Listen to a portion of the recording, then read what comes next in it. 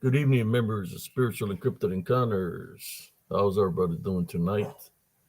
For those who tune in on the stream, YouTube, Facebook, uh, for those that follow my short TikToks under HCS895, good evening, everybody. How's everybody doing today? Hope everybody's doing well. Today we have sounding off open mic night for whoever would like to join.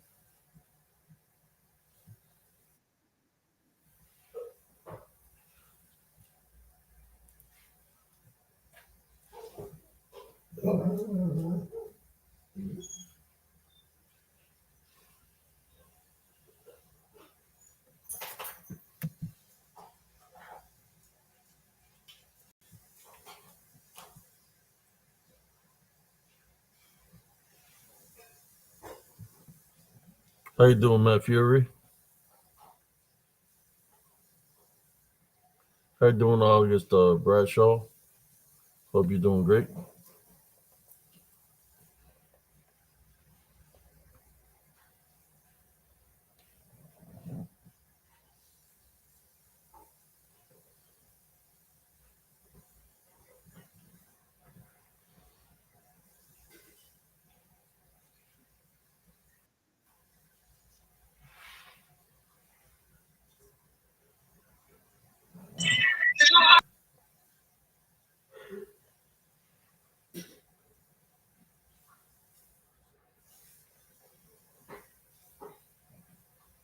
Sharing this to there's cousin Jesse.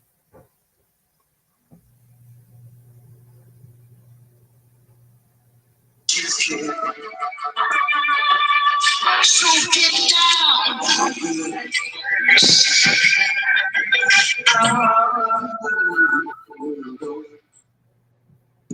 Hello, cousin. What's going on, man? How you doing? Ah, listening to some music. What's up, Matt Furry? August Bradshaw, welcome. Hello, Linda. How you doing? Welcome to the show. Sorry about that, cousin. I told you 10, but I kind of like dozed off there for a little bit. Well, um, Paranormal Roundtable's got something playing. How you doing, Mystical Wonderland? Welcome in there. There wasn't nobody on the show, but somebody was talking, so they started at 10. Hello, Madeline. I guess they're Hello. not. It must be a recorded. Yeah, probably a recording. I'm not sure. Belia Hernandez, welcome. Yeah, I was thinking 10 o'clock, but then again, uh, I messed up this evening. I ate me a little bit of pan dulce, and the sugar didn't do me good. I guess it made me doze off. Mm-hmm. Ate me a little bit of just a little piece, but even a little piece can affect me. Hello, Monica H. Sounds like Hello. an echo or something. Hold on, man. Let me turn that off. Is that better? Oh, you had something on? I was listening to some Yeah, you can older. hear. Oh no!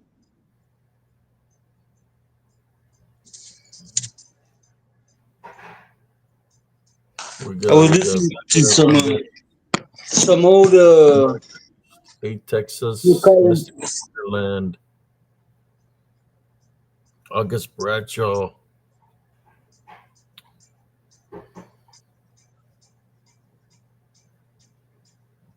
This is yes, Bob. my dude.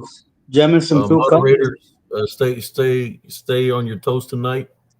If we got anybody infiltrating here tonight, boot them out. think the Whoever's only the moderator, moderator, we're gonna boot think them the out only, tonight. think the other moderator that's in here is Madeline. Hello, Lawrence. Welcome. How you doing, man? Oh, I can boot them out. I can't do nothing from over here, man. Sorry. You can put them up Hello, through. Cynthia. Uh, well, you're not on YouTube from the chat on YouTube, but I can put them up from your stream. Really, I'll Cynthia? You just gonna come right out and say my name?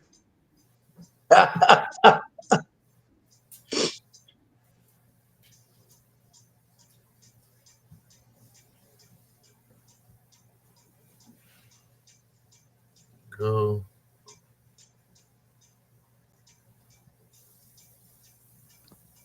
We're sounding off tonight. Let's up put sounding off. Tonight is about we can say whatever you want to say, but at the same time, it's open mic night. Uh, I've been getting spiritually tested daily. It's a daily thing. It's not just with the people that come up against me in a negative way. There's a lot of things that come up against me in a negative way. What I mean by that, the people that can be used, or that's what they allowed to do. Those are some of the individuals, and then you got people that are even in place because of their education that they might not know what to do, but I believe they know what to do. But when someone comes up against me in a negative way, I just leave it up to Jesus Christ, to the Heavenly Father, to take care of it. I remain uh, humble, attend my love foundation, and I just let the Heavenly Father take care of my enemies. If it's something I don't have to handle unless I get no choice of the matter to eliminate the obstacle in front of me, I will. But so long I have Jesus Christ with me, I'm not worried about the individuals that come and go out of my life because they belong to the other side of the balance. I'm not worried about those individuals, but they're not going to stop me of doing my spiritual works. That's why I continue to do the works here in Spiritual Encrypted Encounters. For those that join, I did have an experience this morning at my appointment. Maybe I'll talk about it later on during the show. Uh, but let's go on with the open mic night. I'm gonna place a link down here, whoever wants to join, and I'm gonna see who it is because, like I said, I've given opportunities to certain individuals in the past, but they chose to be with the enemy. How's that? The saying, "Go sleep with the enemy." So I just let them go completely. Putting them out of spiritual encrypted encounters because they were just infiltrating. Uh, in saying that, I'm going to place a link here, and I can probably talk about it, or I might just keep it to myself. What I was told today by the doctor, but yeah, I'm just going to keep that to myself. But it was an experience that it was meant for me. But like I've said before, when he's dealing with the balance, when something's said to you, it's because it's meant to you. And if that individual wasn't there when you went through something 15 years ago, but they know about it, it's because apparently they belong to the other side, or whatever's working within them. The spirit knows the spirit, right? Whatever is working with them or has a bonded has control over them. But that's what they side with. Uh, and also, before I start off the show tonight, I want to send a shout out to Paranormal Roundtable, Brother Josh Turner, Sister Nellie Turner, and the gang. Keep them in prayer, brother and sisters. Um, this the spiritual war is very real. You know, when when everybody's trying to do good, or when we're trying to do good, we're following our spiritual orders. Things come at us because that's part of spiritual warfare. Things going to come at us. We have to remain humble. We have to remain with a love foundation to be able to overcome uh, the spiritual obstacles or the threats that come at us. Some other individuals, they do the same thing over and over. Eventually, what goes around comes around. Karma always comes around one or the other, and just in due time that the karma comes to them, and by then it'll be too late. But that's the passage they choose. That's how they want to be. That's fine. But let's go on with the show, brothers and sisters. Again, shout out to brother Josh Turner, sister Nella Turner, paranormal roundtable troopers. Uh, Continue to support brother Josh Turner, brothers and sisters. Uh, if you want paranormal roundtable to continue to strive, you gotta give them the support. Give them the support. Show them for not just the show, but for the for them. Let them know you're there for them, supporting them, that you got their back. It's a good thing, right, cousin? When you know that somebody's got your back, Yeah, that you're going to stand up. That they know they're not standing alone. I've been in those situations, and I'm sure cousin Jesse. I mean, he had a situation where he fought many. When I was in Germany, I fought many where I really had nobody to have my back. In which I had to overcome the trials and tribulations that came at me. I had to I would train hard, and when it was time for me to handle the situation, I would handle the situation. It's something that I had to do. It's in my past, but it's there because they did it. But now is about maintaining La Foundation, uh, putting Jesus Christ first, in spite of whatever anybody's saying about you or anything like that. But eventually, those individuals that come up with in a negative way, they'll get theirs eventually. It always happens that way. And when it yeah, happens, we're not supposed to rejoice over it. But when it happens, then they're going to be like, why is this happening to me?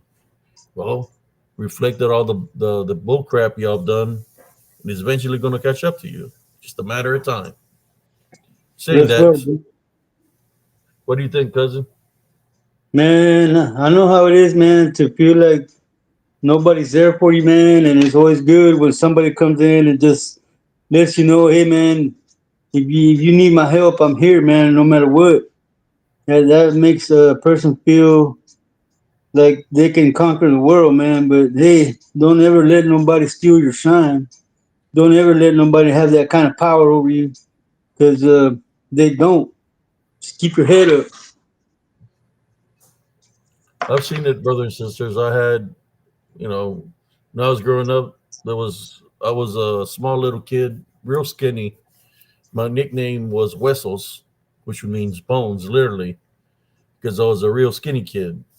So when I would go to school, all these kids that were like Nephilim size, because they were like 4 times bigger than me, seen the little kid and they would come pick on me.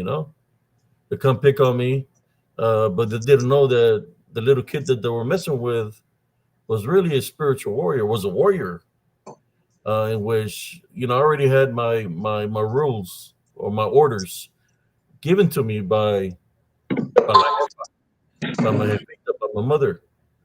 The orders were: if somebody starts a fight with you, you better win, because if you don't win, when you get home, there's going to be some disciplinary actions against you, which means a whooping, right? So guess what?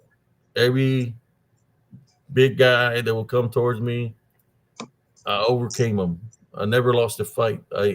Because the disciplinary action I was going to get when I get home was going to be a lot worse. So you could say I've been molded not just as a spiritual warrior, but as a warrior since I was a kid. Kind of like cousin Jesse, but mine, I would never go look for fights. I wasn't like Jesse that he will go look for fights. That if I somebody would. looks at up a little bit and is like, "What? Where you looking at me sideways?" and he wouldn't give him a chance to say anything because he would take care of business. Me, I was the guy that had the patience, that would take the time, like, hey, so why are you trying to find me? I'd rather have you as a friend than an enemy. But then when Yeah. you have no choice because they think you're afraid of them, they come and push you and push you and push you and shove you. Then at that time, it's there's no more talking. He just handled business. I Uh, remember I remember coming home from school, man, with my clothes all torn up every other day.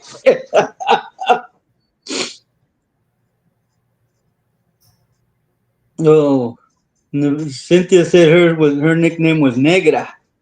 Oye, mi negra, ¿qué pasó, chica?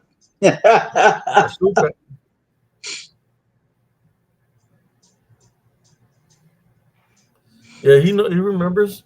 Uh, call me. My mom would call me Wessels, Bones Wessels, or she would call me the Pink Panther because I was real skinny as a little kid. Because I they've was always a tall kid, real skinny. they've always called me Little Jesse.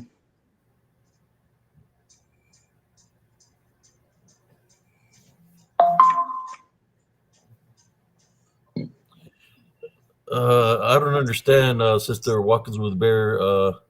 She says spirit theory is strong. It gets overwhelmed. Understandable. Taking on some hard hitters as of late. I don't know who the hard hitters that they're taking because I don't know if you're talking to taking hard hits or the people who come in are hard hitters. I don't know. To me, they if it's the same people that have been coming up against me, to me they are garbage. They're not hard hitters because if they were hard hitters, that will man up. We come from a whole different Yes, lineage yes. here on spiritual encrypted encounters, paranormal table. We're a lineage of warriors. That's what we are. We're not a lineage of cowards, of abominations, of harlots, Jezebel spirits. Your spiritual encrypted encounters. I might change it to spiritual encrypted encounters, warriors, because that's what we are. Yes, If somebody's Pacific. hard hitters, it sure as hell it's not those people. So I'm just saying to me that they're garbage.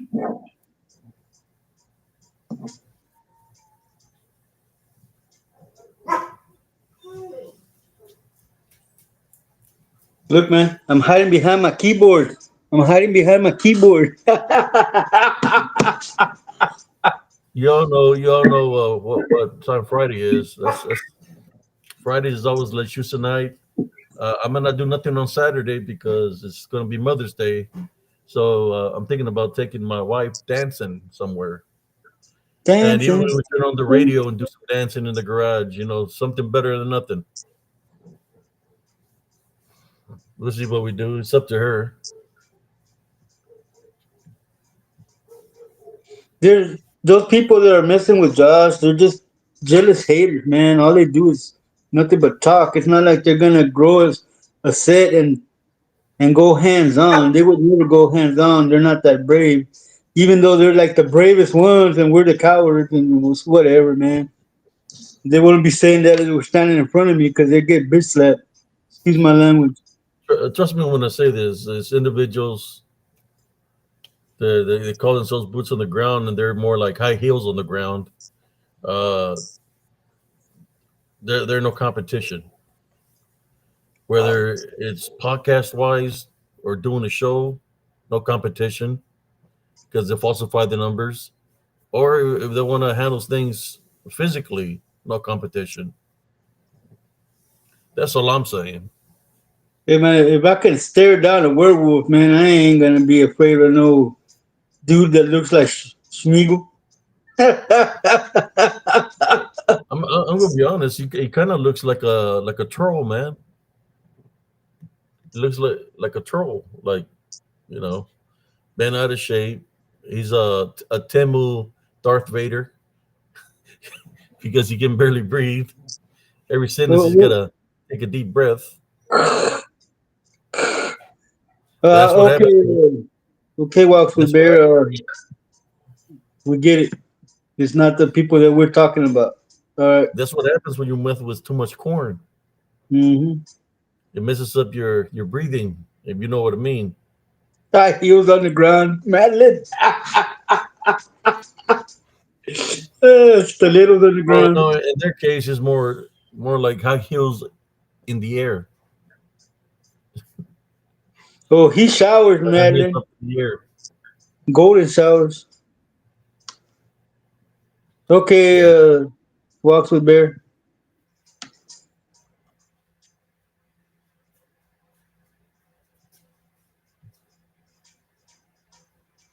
Like I said, it's called signing off. Open mic night. So that's what I'm doing. I'm signing off about Anybody, this fool. anybody, anybody want to stop the rant? You gotta come on live. Yeah, Let's talk you want to about it. stop the how should I say the roasting. But we're gonna continue to roast because I'm enjoying it right now. I had one of those days with the doctor. Which I'll share that later on, or I might just keep it to myself. But yeah, this roast is fools. You used to There, watch the Corn on the there Cob is show with you. relevant in my life. Faith Feel used to watch Cobb's show too. LOL. Was he corny? Did you ever donate to his rubber ducky? Did you ever donate to his rubber duckies that he was selling for $50 a little ducky that cost 50 cents? Did you Did share this get to the into group that? yet, yes? Yes, it's Primo? already shared to the Oh, groups. okay, okay. Madeline was asking. So I'm gonna drop the link right now. Did Uh, he, Face but I Fuel, want to talk a little bit more. Go ahead, cousin. Face Fuel, did he promise you a miracle for 1999?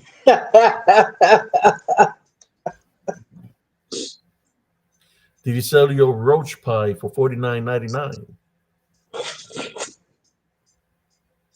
No, before whose beef? I don't know whose beef it is, but they should just put that sucker to bed.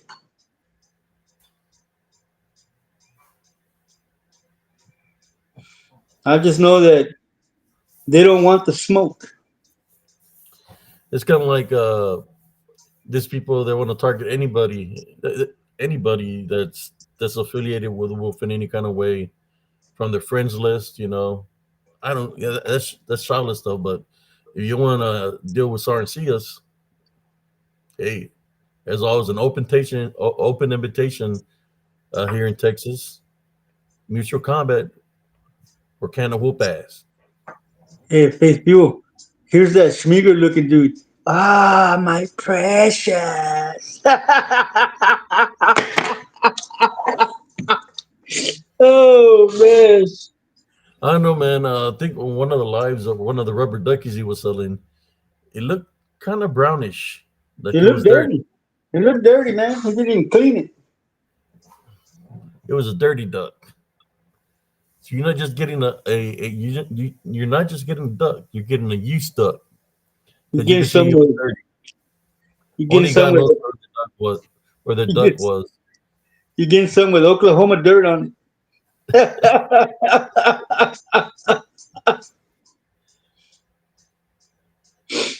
Oh, man.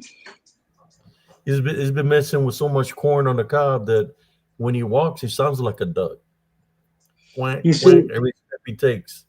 All he's, the air coming out of him. That's he's, how sick and uh, disgusting he is. he's selling tickets to watch Dana Ortega fly on a vacuum.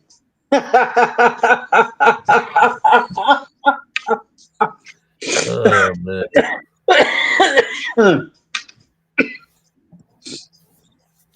that lady's got some issues. No, she goes after all the women. She just likes all women.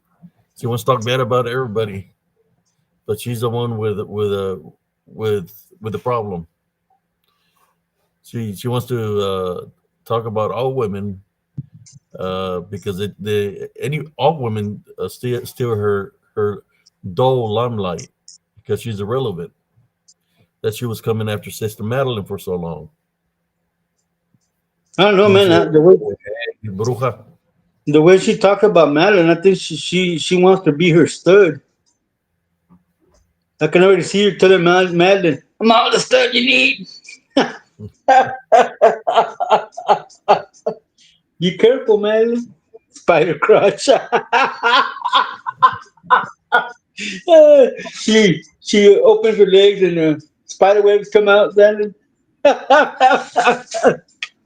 You go his house, you don't have to. You have to deal with the roaches and the pestilence, but then you have to deal with the weirdo that he's got in his camp.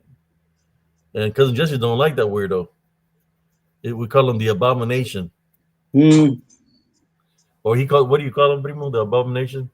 I call him Smeagol. That fool's nasty looking. He looks like he don't shower much, man. He don't shower. Only God knows what's been up where the sun don't shine. Yeah, you can see him real. You can recognize him real quick, Mob Rules. Every time he tries to talk, he has to go. Oh, he sounds like Darth Vader breathing, man. And then he want to call somebody fat, fat ass hippo. He said, "I've never seen the show, but if I see a fat man in a in, in the in a beach pistol roll. pill, I'll know to move on." So right Is now we're doing the anybody? sun up part, brothers and sisters. You know, just venting out. I had a crazy day. We've been sounding out for about 26 minutes. It's okay so long as it's not out of my expense. We're going to continue to sound off. Yeah, the first time, the reason he's got beef with me, I got beef that he's targeted me was they were trying to get me and brother Josh Turner to fight a long time ago. The people that are affiliated with him, they were telling me things. They were telling him things, and they were trying to get us to fight. But then we figured it out, and we spoke. You know, yeah, I told him I've never had nothing against you, and he told me the same thing. So we became friends, and he backfired on him. Once he backfired out of him, all of them started coming out of the woodwork. They were pissed because they really wanted something to happen between me and brother Judge Turner.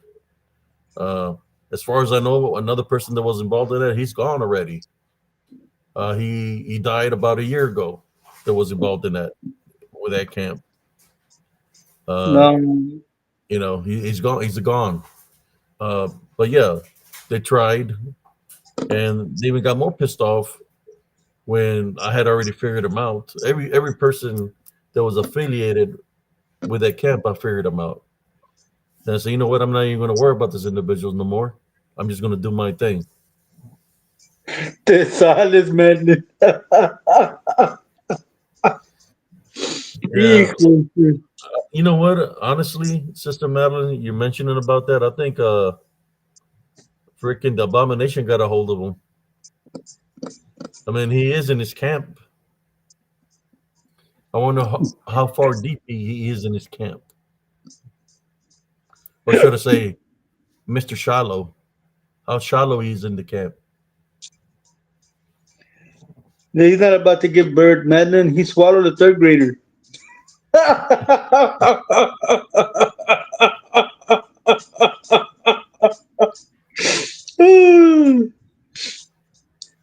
He's a miserable guy that came breathe. He takes like for every sentence he does a Darth Vader like 6 times within a sentence. Damn mouth breather, use your I nose, man.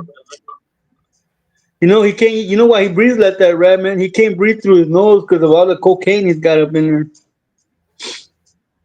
Well, okay, I got a question for you. By the way he looks and the way he talks, is he a meth head?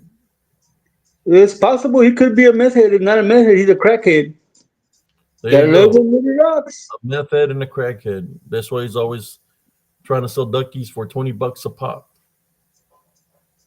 He tried to go to Ethiopia, man, to get people to send food, and then when he got there, he ate it all.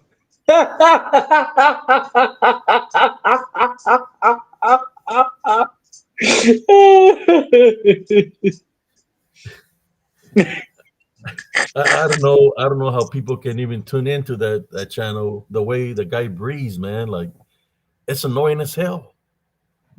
That uh, he's like, and he says a word, and that's all you hear all through the show. I'm just trying to find out what gave him the problem of gasping for air like that. I think that I'm talking. I'm thinking that the abomination got a hold of him. While he's doing the show, he's sitting on his lap. The abomination, or it's possible that the co-host, she's Yeah. pretty big, Henrietta Hippo, that she might have sat on his laps and caused the damage that he's got now that he can barely breathe. Hopefully, he should just give it up because when you hear his videos, that's all you hear is him breathing very heavily.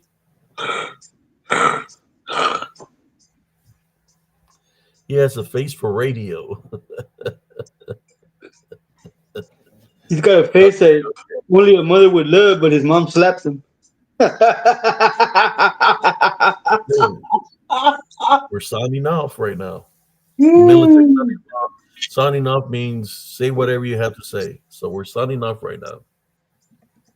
They mess with cousin Jesse. I'm like, you don't want to mess with cousin Jesse, man.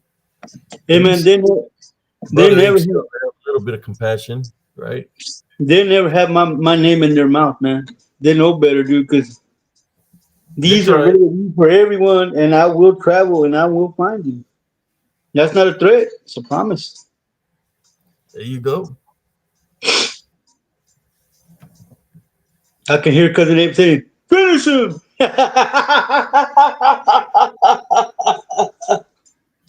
Flawless victory. She says she wants a hippopotamus for Christmas when all she has to do is look in the mirror. I think I found a little short reel of possibly, possibly her and Dirty Ike uh, on vacation. Let me see if I can find it for y'all.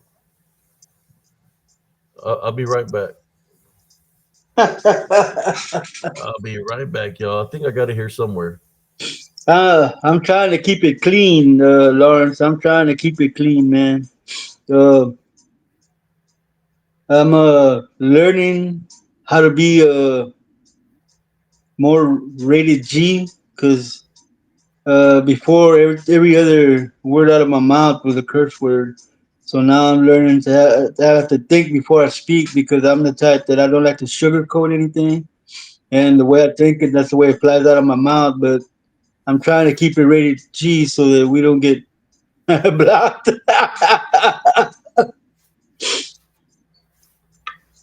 Okay, I found her. Here's a video of them on vacation. I guess in the little pond that they have where he lives. It's I got the video right here. Let me get it for y'all. Uh, is no, you know him as by many names.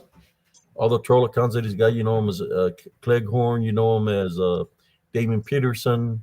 You know him as Corn of the Cob, and then of course Cinderella Hippo. So I got live footage when I caught him on vacation. I had a spying on him, and I think they might be affiliated with the sirens because they sure know how to float on water. So here we go. Let me I share sound with like I you. sound like a count, Cynthia. Here we go. One abomination. Wait one. What the heck? There you are. Wow! What the heck? There's Dirty Ike, and there's Henrietta Hippo. That's crazy, ain't it? She's going hog wild. Talk about riding a hog. That ain't no Harley. Look at Dirty Ike with a smile on his face. He's like, I smell bacon. How Ooh-wee. you doing beyond the box? Did you bring the Scooby snacks? They say there are not boots on the ground; that they're boots on the water. You want me to come find you? It's Bro, Dirty Ike right here, I know where you live, bro. You and there's ain't. the co-host right here, Henrietta Hippo. What's her name? Jessica. There she is. Live footage Damn, I feel from sorry for that pig, man. from the creek down yonder. He's gonna get his back broken. Poor little pig, man. Oh no, that's not poor little pig. That's Mike, El Marranito.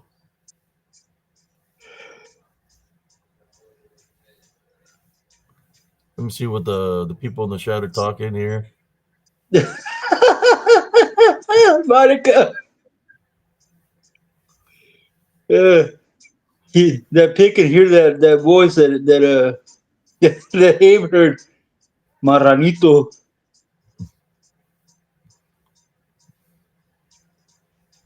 No wonder he's breathing heavy with so much weight on top of him.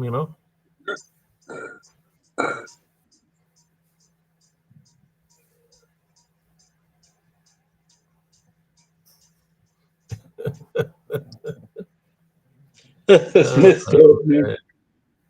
I gotta go blow my nose. I'll be right back.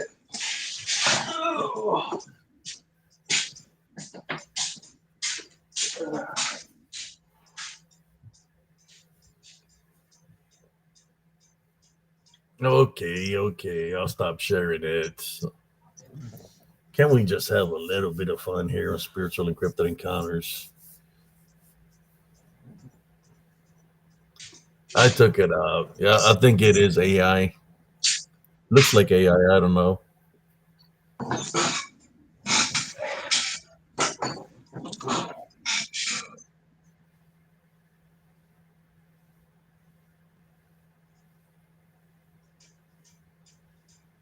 Hey, Every, cousin, we need to be careful, man, because the evidence is coming. uh,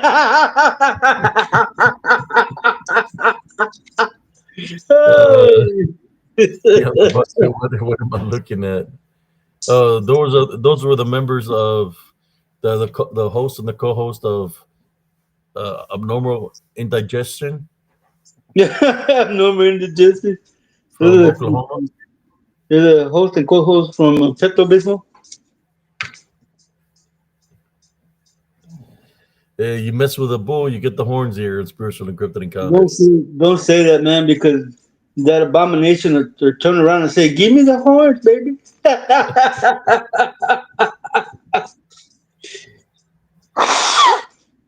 That's like telling them que tienes unas botas de cuero de reata y dices, "Ay, dame las pataditas." I know Oh that no. bull looks ugly. I know, man. What the dad was thinking, he was drunk when he was born or what, but he's one ugly looking guy, man. Hello, Nasty. Gabriel E. Craig, Wendy Gonzalo, welcome.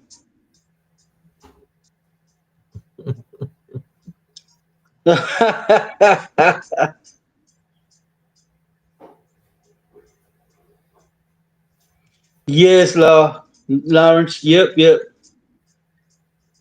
Yeah, actually there you is go. this. Windy, no, that pig got windy by carrying that big thing.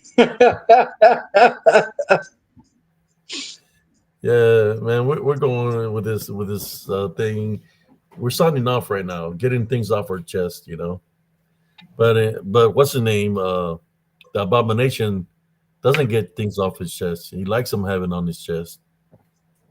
he As does they when he takes golden showers, man.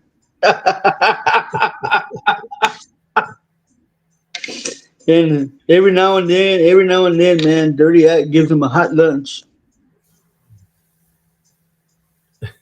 oh my god, How you doing, Eve?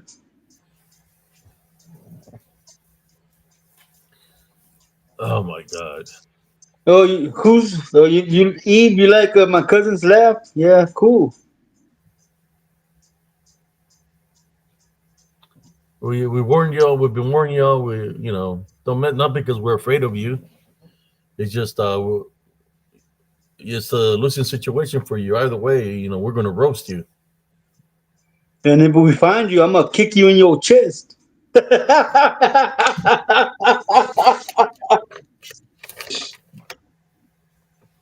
gonna roast you. That's what we're gonna do. Mike talking about Rick and making fun of people, body shaming people, making fun of people. Uh, Look at yourself in the mirror, man. You might have to put two mirrors beside just to look at yourself because you're the big I old bet pot you, belly. I bet you when he goes out to eat, man, he has to use two chairs, one for each butt cheek. Let, let, let me play some up here one more time, man. Why not? We'll play some right there so people can check him out. I'm I'm sorry, Cynthia. I can't control how loud my laugh is. There we go. There's a, Yeehaw! a Dirty Mike, Damien Peterson, Claire Corn, uh, Rockabilly, uh, all his alias fake profile. There he is. Caught him on vacation down there, yonder in Oklahoma. Take swimming in a pond. Him and his co-host.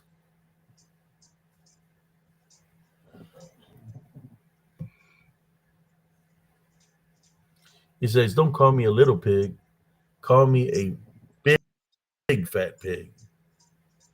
There he is, Dude, cruising with Henrietta Temple. I'm looking at that man, and the only thing that comes to my head is that song, "Born to Be Wild." Oh my god! Get your motor running. All she has to do is grab that pig's ears to make it look like she's riding a motorcycle.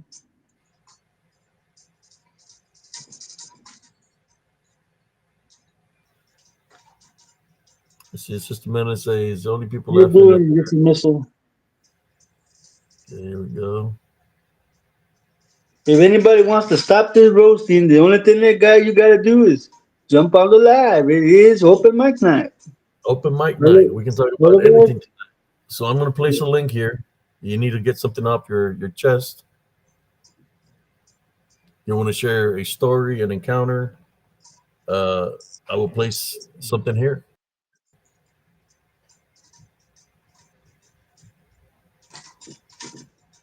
Here's the link. that's the only way you can stop this roast. Because otherwise, we like the Energizer Rabbit. We're gonna keep going and going and going and going.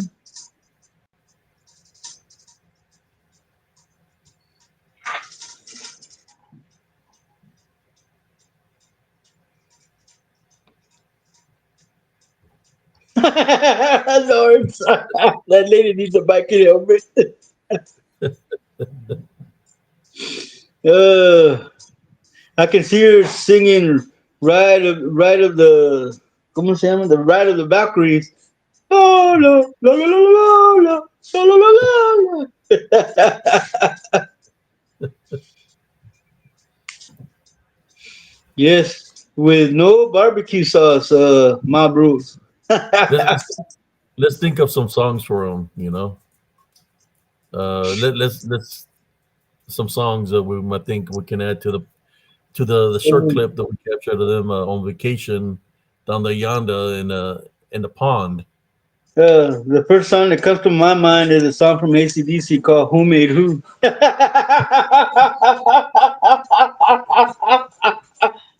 Oh man. Oh man.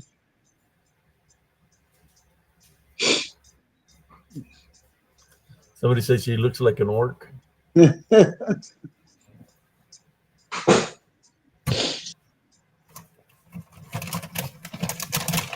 How about the song from Green Acres? Green Acres is the place to be. How about We're going old school Green Acres. how about that song? I ain't missing you. Because I can see it real. Let's name some songs to that, brothers and sisters.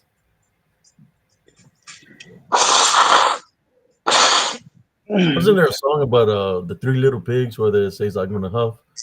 I think it was a song back in the day, where they're gonna blow the house down. I It don't was like remember. a Yeah. it was like a hard rock or punk rock. Uh,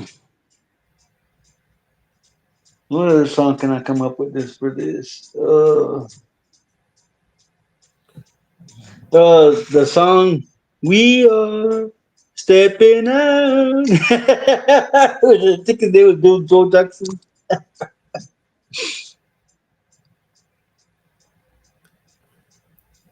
Let's see, what other song? What other song? Hmm.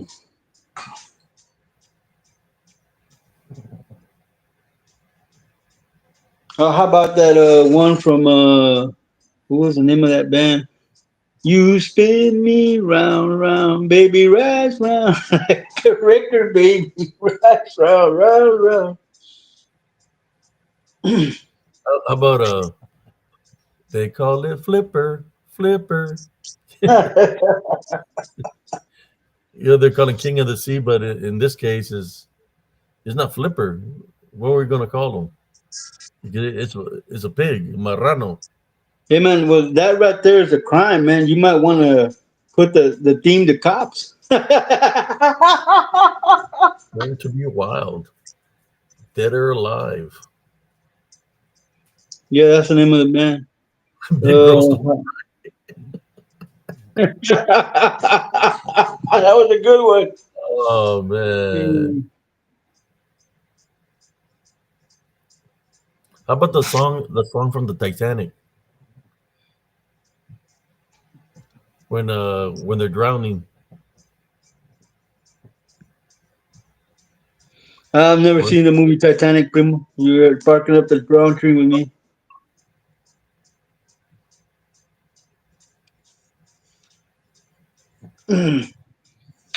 Oh open man. mic night. Open mic night, y'all want to share a story?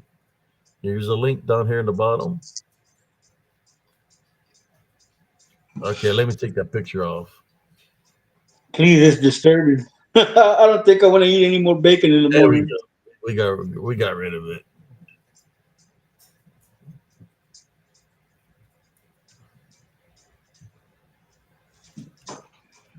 Yeah, that pig was the alarm bells were going off. It was she had exceeded the weight limit. I know it would have been a perfect song, that old song that we all sang as kids. Oh, McDonald had a farm. Yeah, yeah, yo.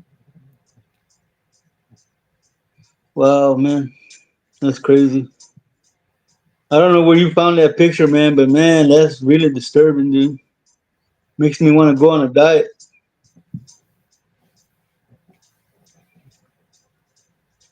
So here we go.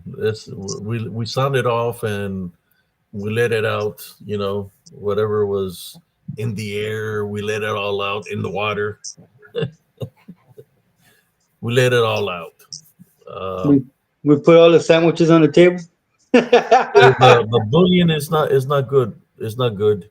Uh, Forgive me, Lord, for I give them a taste of their own medicine. But sometimes you have to show people, lead by example, and give them a taste of their own medicine so they can get their head out of there where the sun don't shine. So no, give them a taste of their own medicine. So that's why he breathes like that, huh? Because his head is up where the sun don't shine. Yeah. Hello, SP. Welcome in. It is open mic night. If anybody wants to jump on, just click on the link. Here's a link. Open mic night. Anybody got any stories that would like to share? Well, Any experiences, encounters, whether it be spiritual, paranormal, cryptid, supernatural? what's up, Andres? Welcome in, man. It's open You're mic more than night, bro. welcome to join open mic night here tonight. I know if what's her name? There's a couple of people that are here, Missile and what's her name? They were here on Tuesday. I know they would jump on, but Uh, it's close for whoever wants to jump on. I'll put the link up there. Cynthia said that she would jump on, man, but she's babysitting and the little kid is in her room. Who said that? Cynthia, she was on Tuesday with That's fine. That's fine. Uh, but I can share some stories with y'all. All I'm saying, bullying is not cool.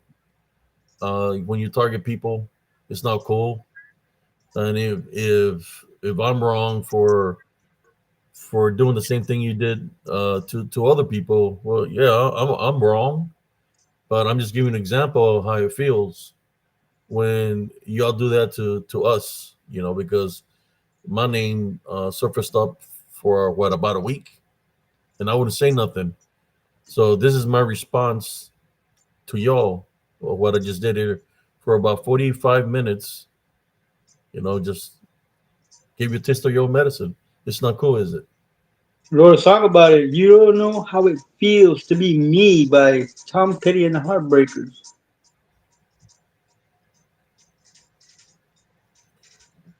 But I know cousin Jesse's been in those situations. I've been in those situations. I'll share my situation, and I'll let cousin Jesse share his situation till we get somebody that want to come up on the live. When I was when I joined the military back in 1989,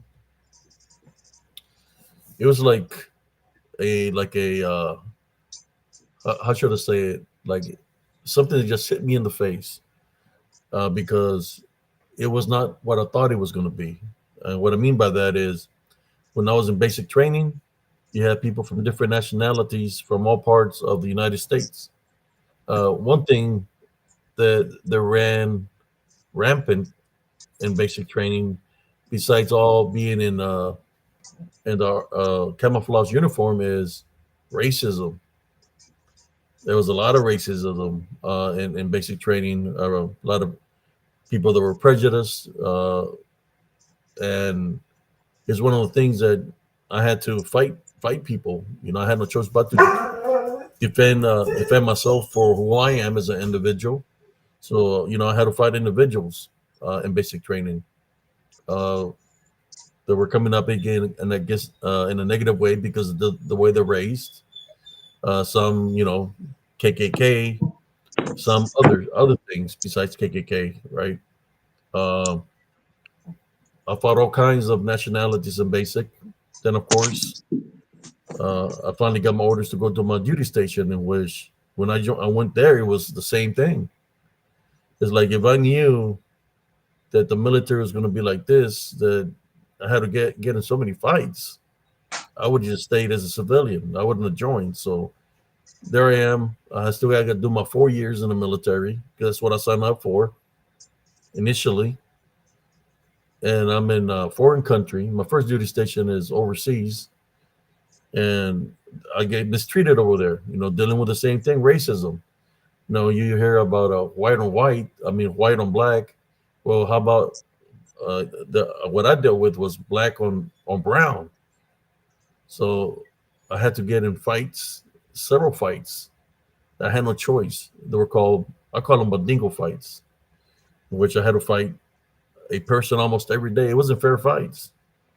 Every day of the week, Monday through Friday, I had to fight somebody. The weekend, the only time that I would take a breather would be on the weekends. You know, this happened for about it was like 40 fights, 40 fights, and I would say to myself, "Well, how am I going to overcome the enemy?" And of course, the solution was within me. That is, just knock them out as fast as you can. You know, 2 seconds, 4 seconds, 6 seconds, 8 seconds, and the fight wouldn't last that long. That's the only way I was going to be able to survive so many fights is by take them out as quickly as possible. Uh, that was changing my heart as an individual because you know uh, I wanted to maintain my love foundation, but it was trying to affect me because when you overcome so many opponents, you know, fighting is a spiritual opening. But I did what I had to do. But I know the feeling of being bullied, of being targeted in that nature. But at the same time, what I did learn is how to overcome a a, a fucked up situation. I overcame it through Jesus Christ because before every fight, brothers and sisters, I will pray to the Heavenly Father to give me the strength and to give me the speed. And guess what? I went 40 and 0. Overcame every person. I was skinny, like 155. I was beating people that were like twice the size of me. They were weighing like 240, 260, 300 pounds, big guys, and I was overcoming them very rapidly uh, in combat, and I had to do what I had to do. Uh, but that's my story. But I managed, in spite of all the fights, I managed to make friends with some of the individuals that I fought. We became friends, and I told them, I apologized to them what I had to do, and they were kind of afraid of me.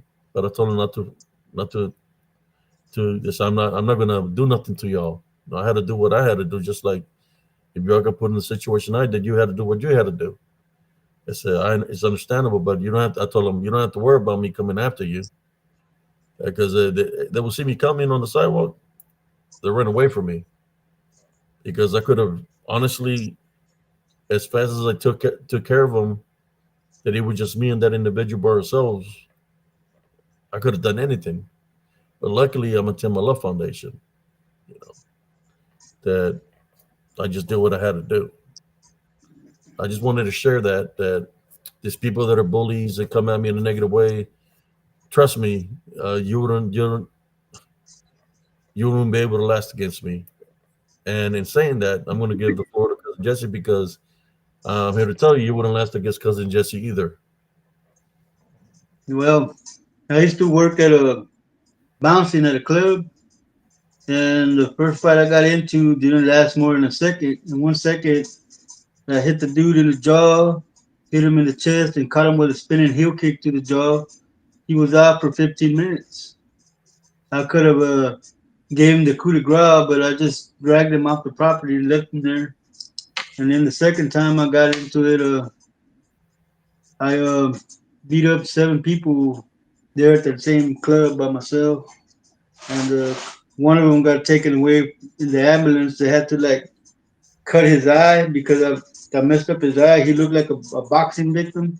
I only hit him once, and he hit the ground, but his eye got all swollen. You couldn't even see his eyeball. But like I said, there was 7 of them against me. And when the cops got there was just bodies on the floor. I was standing there without a shirt because they tore my work shirt, my security shirt. They tore it off me, and they broke a beer bottle on my head, so I was also covered in blood. When the cop got there, it was a female cop, and she got scared because she saw all the bodies on the ground, and she added a charge that I assaulted her, which that never happened. When she told me to stop what I was doing, I stopped.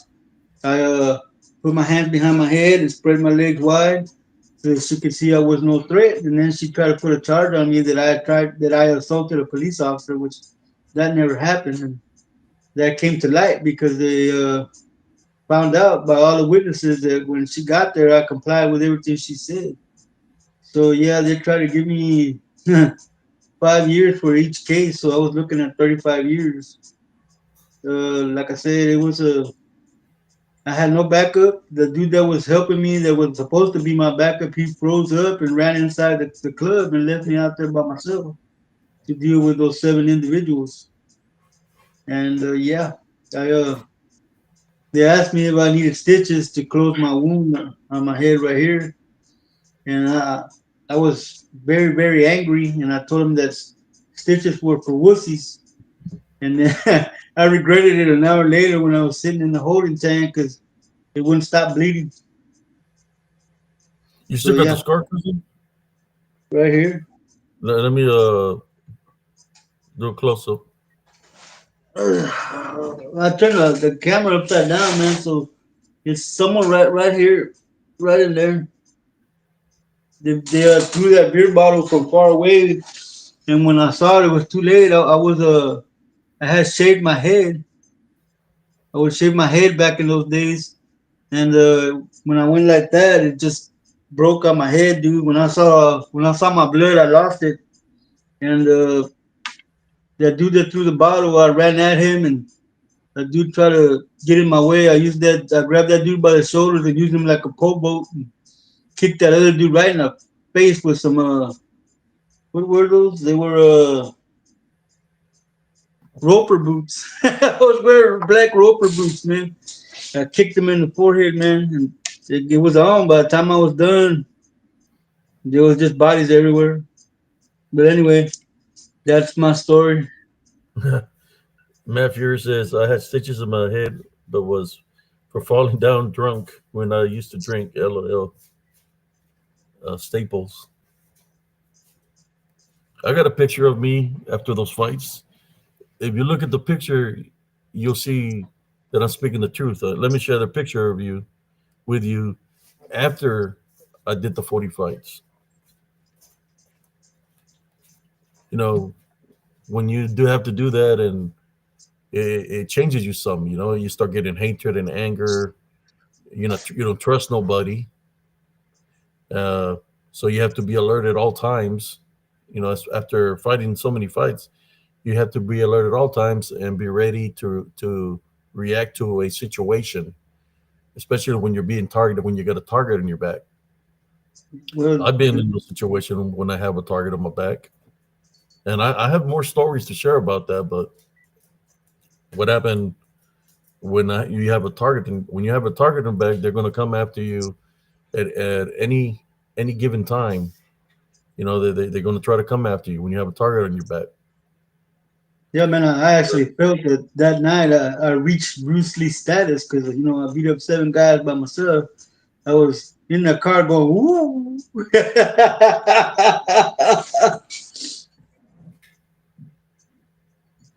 Let me see if I can find a picture, cousin. Uh,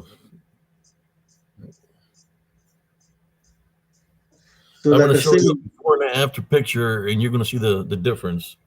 I want to show you a picture before I was in any fights, and then I'm going to show you a picture after the fights.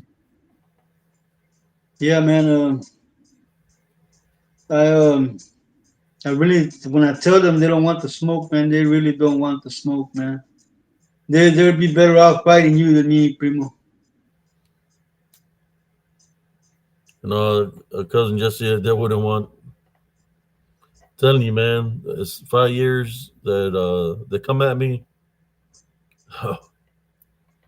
Hey, man, They don't want at least, they don't want the smoke, man. at least you whoop them with a spiritual love foundation, man. I'm just gonna whoop them. That's it. Yeah, I done that, Matt Fury.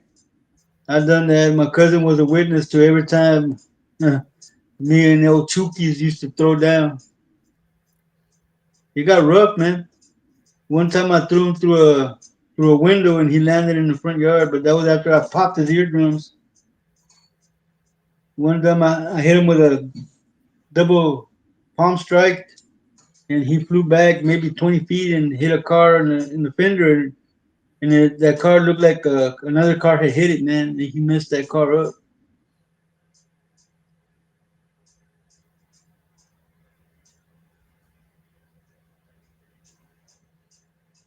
There's one picture. Let me find the other one now. Well, I'm glad, Madeline, that it's growing because I don't ever look to see how many followers we have, how many views we have. I never look to see that. I leave that in Abe's hands.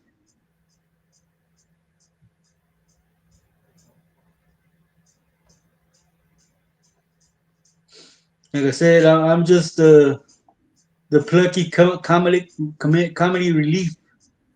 I'm the Joker to Abe's straight guy.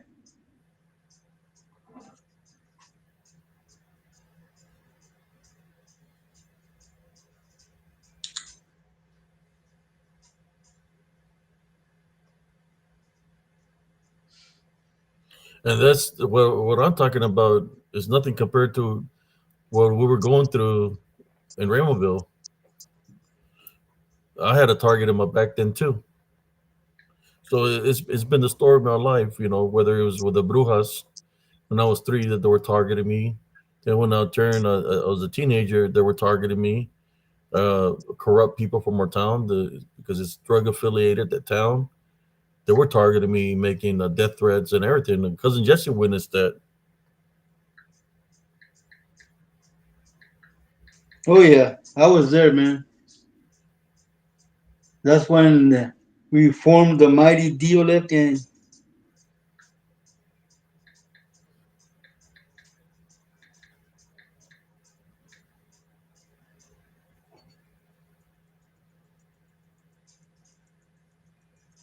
Okay, here we go. Let me see if I received the pictures. I'm gonna show you. Oh shit, not the big one, the big pig. Let me get out of here. Go to.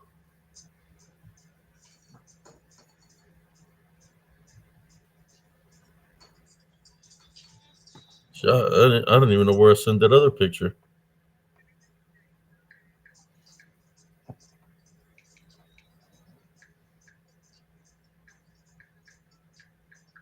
Let me see something.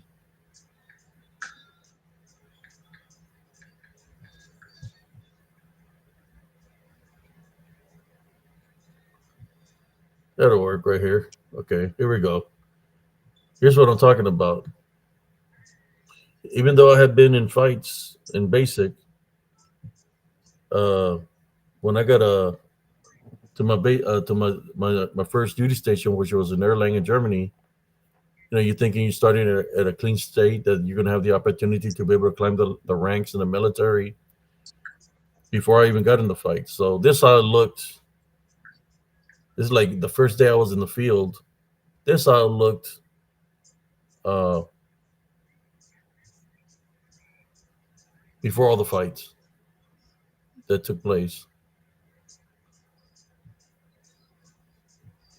There you are. That's me.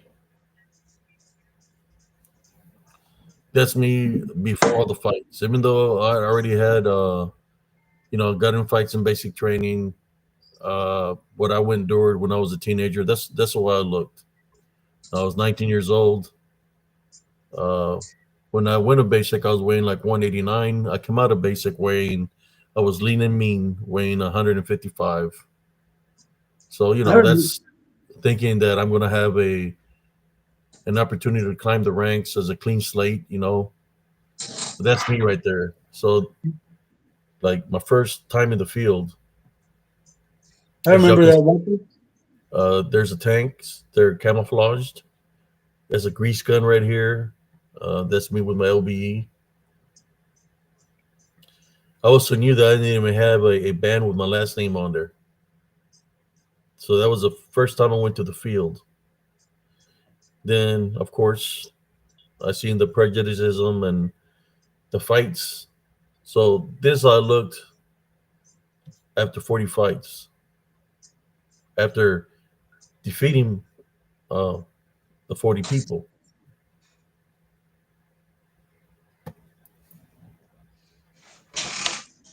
Damn, cousin, you look salty, man. You're like, step up. What's going on, Texas Outlaws? So I went from my first day in the field before getting in any fights to looking like this after defeating 40 people, went undefeated. I'll leave that up there for a little bit. Let me go to you, cousin. All right. So right there, 40 fights, undefeated, target on my back. That's what I feel like. People were gunning for me. Every chance somebody try to get an opportunity, or people were paying money to people to come at me. It didn't matter if they were Bloods, Crips, or whatever they're affiliated with. they will come. So I had to do what I had to do. And this fights that I was involved in, they were set up like to bring the people to come and fight me. But that's a big difference, right? From when I was the first day in the field to looking like this in a matter of 2 to 3 months. The first You two, look 3 months. you look very seasoned in that picture, man. Looked like you had a lot of experience already in that picture. Yes, sir. That's what I was showing the picture, primo.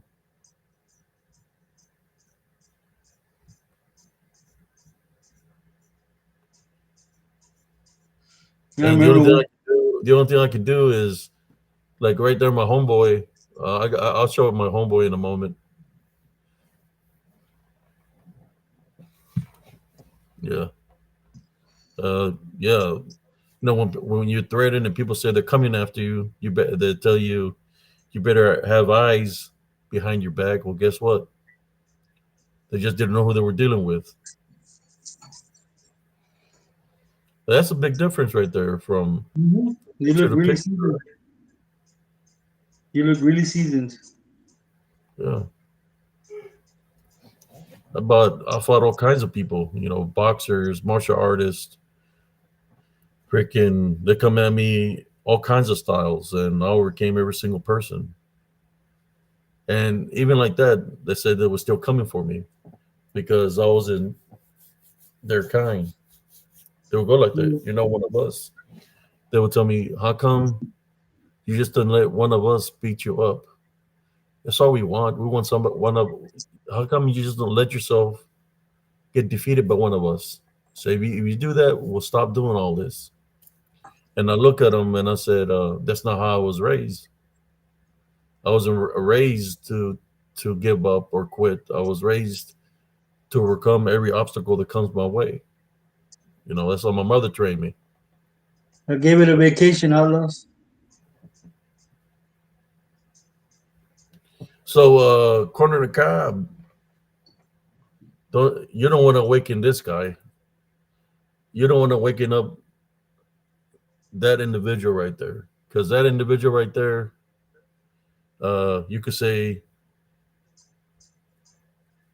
was well trained and showed mercy when he had to show mercy because he didn't want to go too far because when you're in the military, you're going to protect your rank. So once I took care of the target, that was it. I had self control to not go further than that, which I could have. But Oh since you've been wow. messing with me for so long, if we ever cross paths, you're going to get him. But he's not in the military no more. He's out of the military. After so many times that you're insulted me as a human being, insulted my time in service, you're gonna get Sergeant Putazos. That is a Corporal madre. Putazos ain't gonna have no mercy on you, man. You don't want to deal with that guy. I'm telling you. I'm just showing you for the viewers here of Spiritual Encrypted Encounters. I went from this to this in 3 months. There were unfair fights because they would make me fight a fight every day. Look at that. Ain't that a big change, primo? Yeah, I tell you, you look really seasoned, man. Look at right here. And then look at this. You can tell even in the stare, man, the face is Primo. A person that knows about fighting can look at a person like that and know that that person is not going to be an easy walk. When you're a fighter, you have to read the person you're going to fight, man.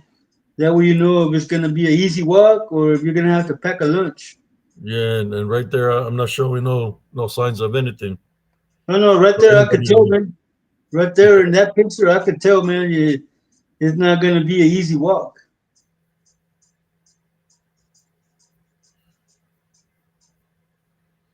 Let me see if I can find the picture, the full picture of me and my homeboy. I just wanted to show a close up of after how I looked after the so many fights, and with a target on my back.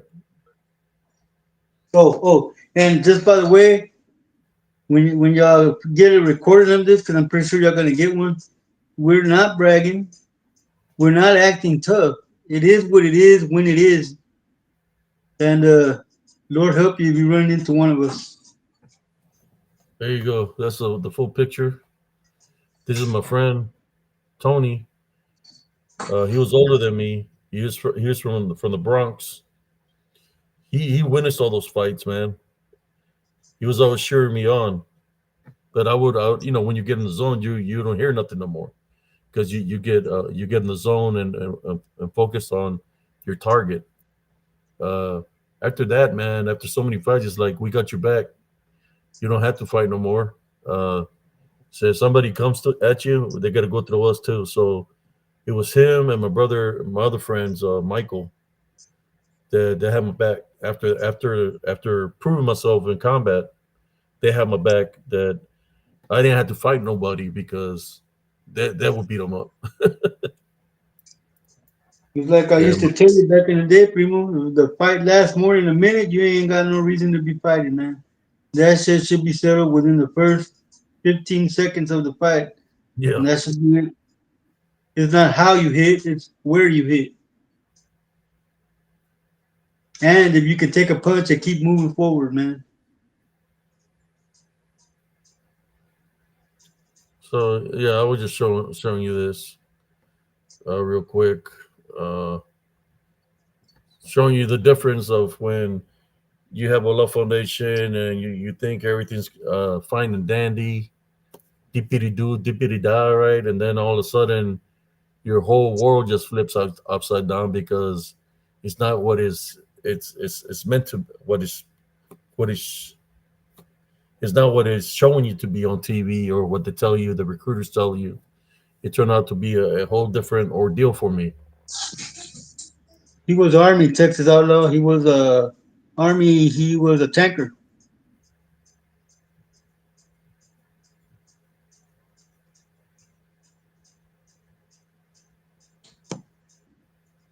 Cynthia wants to know how do they pick you to be in a tank? This is an MOS that you signed up for.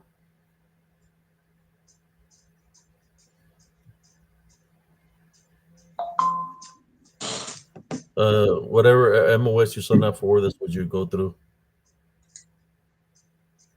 Yeah. So that's why I was saying, man, I don't think you want to go that route or try to come at me that way, because you just don't know who you're dealing with. Kind of like when I tell people, I don't think you want to mess with cousin Amen, Jesse, nigga. because Rest I well. know my cousin, I know what he's capable of doing.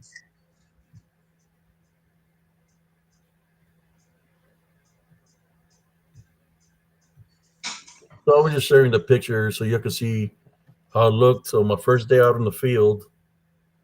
Then like 3 months later, looked like a whole different person because of what I had to overcome or endure. Welcome in, Danita Whitson. And it wasn't fair fights, brother and sisters. What they will make me do is pull KP from 5:30 in the morning till like around 6:30 in the evening on my feet all day. And as I'm going back to the billets after KP, they'll say, "Hey, don't take off. You're not off yet. Take off your BDU top." So I'll take off my BDU top. They tell me to stretch. Next thing you know, they bring an opponent. So it wasn't a fair fight because I was worn out. I was tired. You know, the KP for all the time that the first the like after that day that I went to the field, it was all KP, and every fight was an unfair fight because they had the advantage. I was tired, I had worked all day on my feet, and but then somewhere within myself, I pray to God give me the strength because I was tired, and I will overcome the enemy. I had to do what I had to do. So it's not like it was a somebody coming and challenged me and it was a fair fight. It was not a fair fight because I was already tired. So every fight that I fought, Monday, Tuesday, Wednesday, it became even more of an unfair fight because what happens when you fight a lot? Eventually, is you're going to get tired, right? Well, for 40 fights, it was unfair, unfair, unfair, but I conquered all the people that they placed in front of me.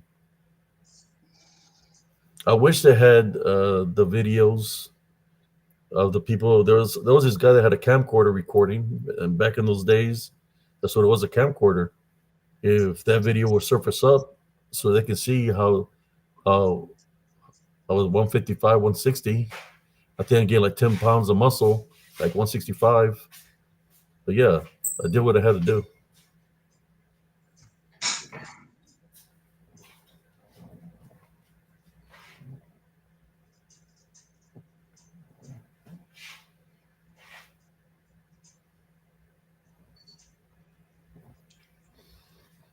There you go. So much about that, but I had to share that, brothers and sisters, that here in Spiritual Encrypted Encounters, when we say a story, we have evidence. Well, I'm placing my evidence to the viewers here to let you know that when I talk about I was in the 40 Padigo fights, it's real. It happened. That's why I showed you a picture of how I looked before the fights to after the 40 Padigo fights, which is a whole different person. You can see, yeah.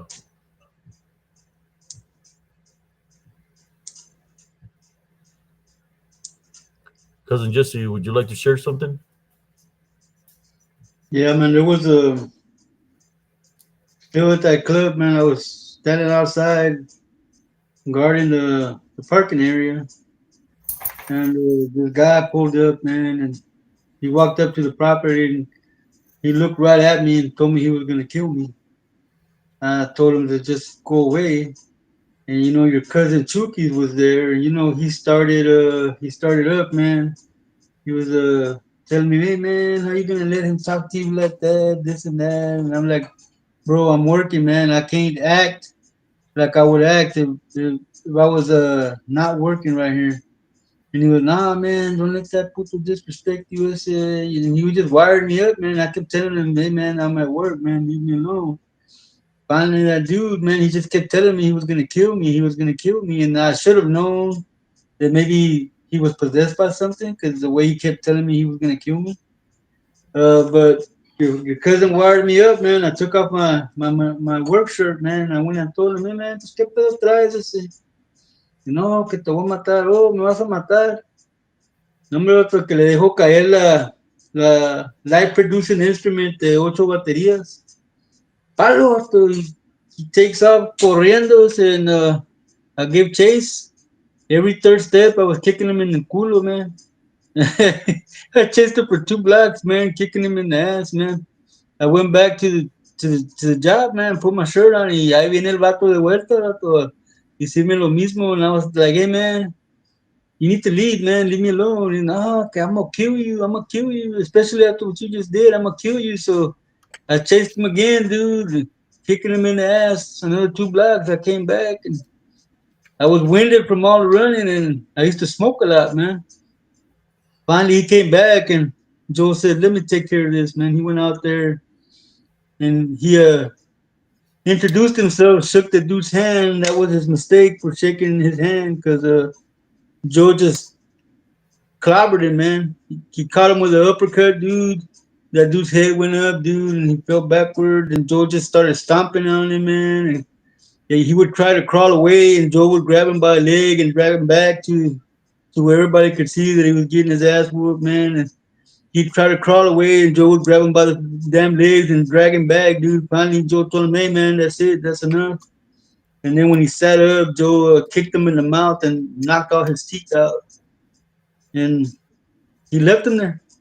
You know how your cousin is, man. He left him there like that. And yeah, man, I felt bad afterward, man, because I think about it now, man. Maybe he had something. on him, man, that was possessing him, and we're over here just whooping his ass, man. Cause I whooped his ass, and then Joe whooped his ass, man. I'm sorry, Cynthia. I'm from South Texas. Sometimes I speak Spanglish. I can't control it. I realized that too. That's why I quit talking in, in both languages. But yeah, that's another thing I just wanted to share, cousin. Here you go. Yes, Back to you. uh, Texas Outlaws. I was in Operation Desert Storm in the Battle of Medina Ridge. I got some pictures. I was in the front lines. The front line is the first line of defense or offense. Yeah, we're in the offense, so it was the first line of offense. There's nobody in front of us but us. So whatever enemies in front of us, they get to face us. So we were the first line of offense because the enemy was in defensive position. They were dug in. I was in the Battle of Medina Ridge.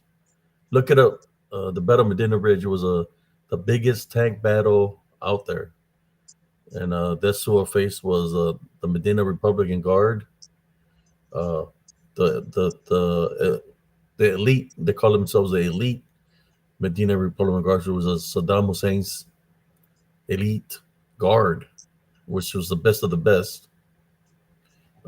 We faced them. We overcame them.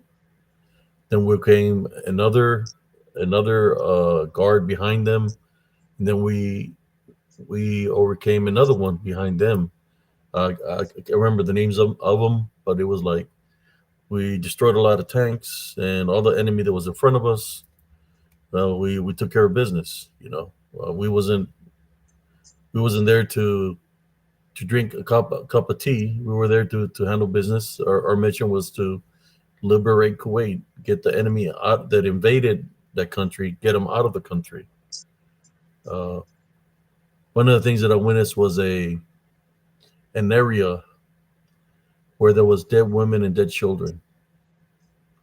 Because when you're in the front lines, you're the first ones to travel, first to go.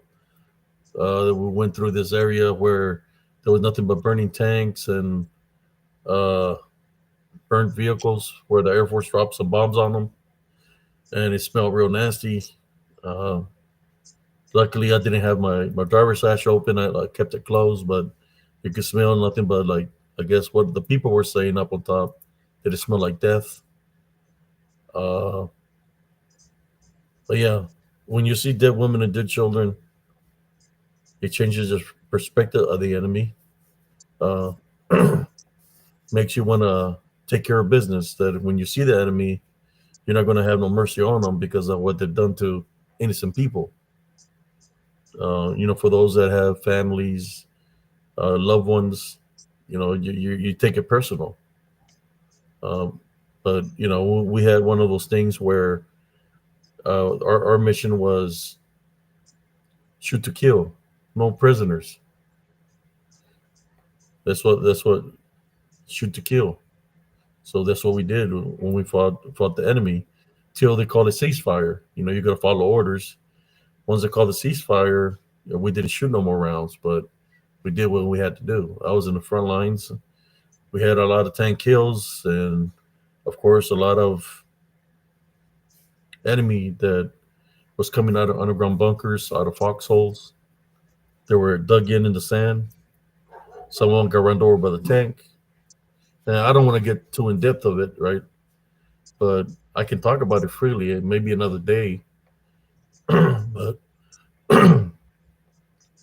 uh, yeah, it's not good when people lose lives, right?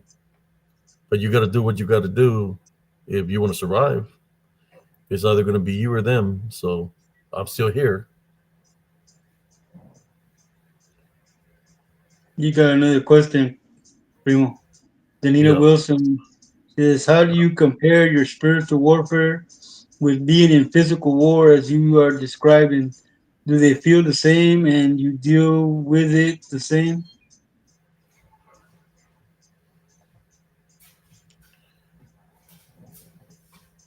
Let me read it. It's different. The thing about when I was in combat, like I said before, I had already been in 40 Badingo fights. When I left across to go there and landed there, they told me that they had a green light on me, that they had a target on my back, that they were going to come after me. And this is the people that made me fight those 40 Badingo fights. So when I was out there, I had to not just worry about the enemy I'm going to face, but worry about the enemy within. So I really didn't trust anybody. I hardly got any sleep while I was out there. If I did catch some sleep, it would be like cat naps or power naps. So because I had the enemy within, check it out, the enemy within my camp, the enemy I was facing, and the enemy I had already been facing before, the spiritual enemy, since I was three, because all that followed me to my transition of being in the military. That's not going to go away. The spiritual gifts is always going to be there. So I'm facing three different things there at once. You know, the still the spiritual warfare, uh, the enemy within, and then the enemy I got to face. But I left all my faith and believe in the Heavenly Father, and I would pray for Him to have my back and to protect me. So I gave all my faith and belief in Him. I left it with Him, so I was able to see in combat, even though there was things that happened physically. I was able to see things of the balance, and I was there for a reason. Um, Before the war even happened, you know, had an experience where, and I'll share that in a moment. McKinney, toughest old dude ever met. Uh, who was in Grafenbeer, and Grafenbeer. I think it was no. Was it home fields? Me and my lieutenant were at no, it was Grafenbeer. We were training in Grafenbeer. I was driving a Humvee because I was a driver, and we was evaluating the scouts. We had a long night. I went to sleep, and I got woken up by somebody. They woke me up, and they told me what was I dreaming about, and I was telling them that I was seeing. They gave me a water and told them take it, drink it slow. I had all these lieutenants, captains, majors, and colonels around me, around my bunk bed. I mean, my cot, trying to find out what I was dreaming about. So I started remembering what the dream was. I said, I see sand, I see smoke, a lot of smoke, and burning tanks. And then he says, "What else do you see?" I say, "I see some square things with arrows, and I see some numbers, and I'm describing what I'm seeing that's on the tanks. You know how the tanks look, which is M1s, but then I see a lot of burning tanks." And they said, "Are those some of those tanks our tanks?" I said, "No, it's not our tanks. I don't think it is our tanks." So and I gave them a description of my dream. Well, then a couple of months later, that's when Operation Desert Storm happened. So one of the things that I witnessed in the dream, they used it. For example, I'll show you. Let me put the picture of the tank. They used it. What I said in my dream, they used it for when we went to combat. I'm gonna show you the name of my tank. If you think Sergeant Putazos was bad, I had a good crew, but I want to show you something. The name of the tank. Every tank had a name.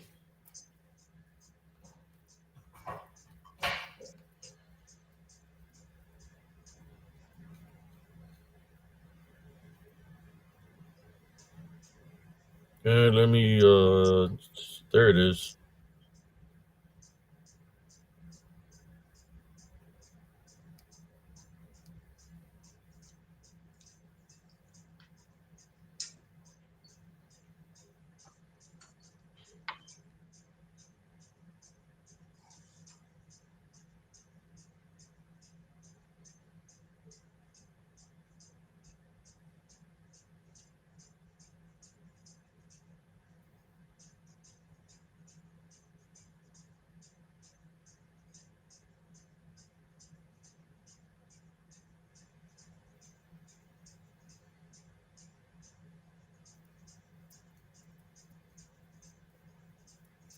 Let me find this real. I'll do something real quick.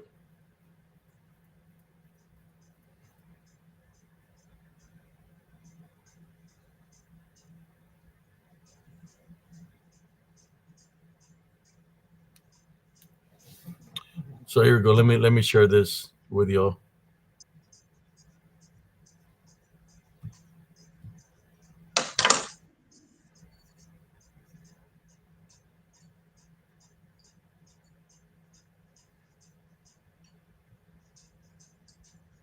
Uh,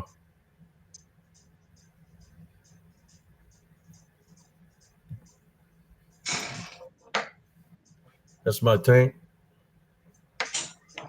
Thank you, useful missile.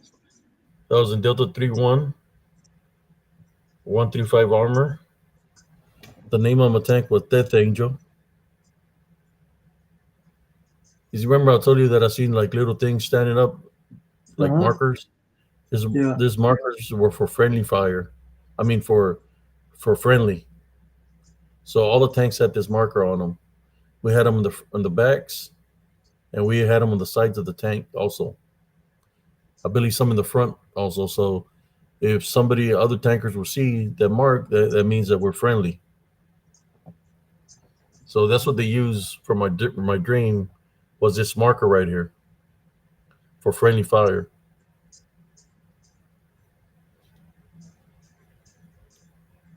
Wow. And here's the name of my tank. A little bit closer. I was in Delta Company, so uh, they said, what should we name the tank?" My gunner was from the Philippines for the Virgin Islands, and he said he wanted to name it Demigod. I said no, so we're not naming it no demigod. That's demonic, man. So let's name it Death Angel, and that's the name of the tank, Death Angel. I think my loader kept a track of how many tank kills we got and stuff like that. I just didn't pay too much attention to that, you know. Just had to do what we had to do. I don't know, Outlaw. Was it hot in there, or did y'all have air conditioning in there, cousin? There's no air conditioning in there, primo. So it's hot. That's what Texas Outlaw was asking. If it was hot in the tank. Yes, it's hot in there, man. The desert was hot, 127, 130. Wow. So you had to drink a lot of water. If you didn't drink water, you would dehydrate. So you had to drink a lot of water bottles.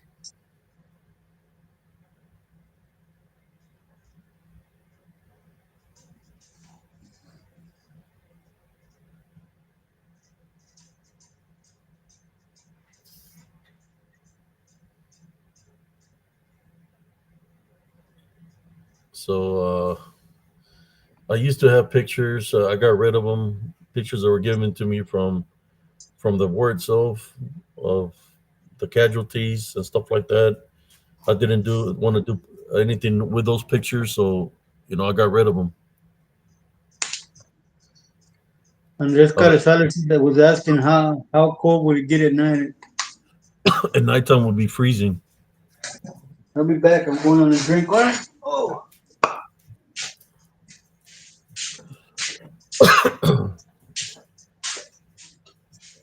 Yeah, at nighttime it would be freezing cold out there. That you had to wear cold weather gear. Sometimes it would go below zero because there's nothing blocking the air, the wind. So nighttime out there gets super cold, you know. So you go from hot during the day to hot. I mean to cold at nighttime. And I was there in the time frame when it was cold over there at nighttime. There's some times that you go where it doesn't get that cold because you're there during summertime, but it still gets cold, but not as cold as when I was out there. I was out there for their winter, I guess. So I felt I landed there in December on Christmas Day. I felt the heat then, during the day, and then I feel how cold it gets at nighttime.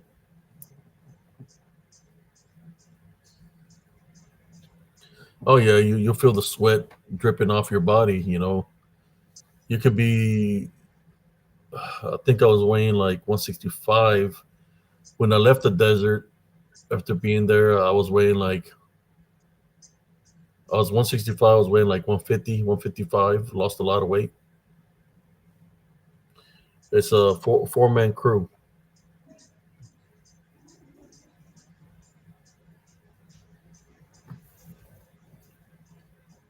A four-man crew. I got a picture of me and my crew. Let me share it with you. Let me get in here. No, something different, not unless somebody wants to jump on and share a story, but 2 hours and just I don't mind sharing all this stuff that I'm talking to you all about, brothers and sisters. This is who I am. This is part of me. I've been there, done it. You know.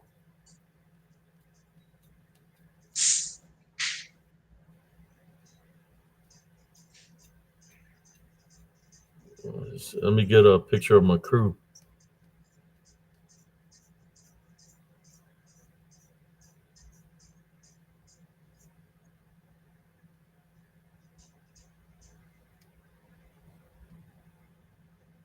There you go.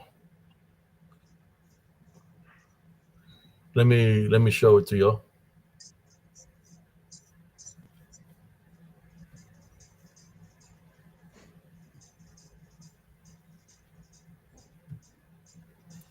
There you go. This is my lieutenant. My lieutenant. I was on a lieutenant tank. Uh, Shelton was his last name. Pont. He was from the Virgin Islands. He was an islander. Boucher. Here's my loader. And here's me. I was a driver.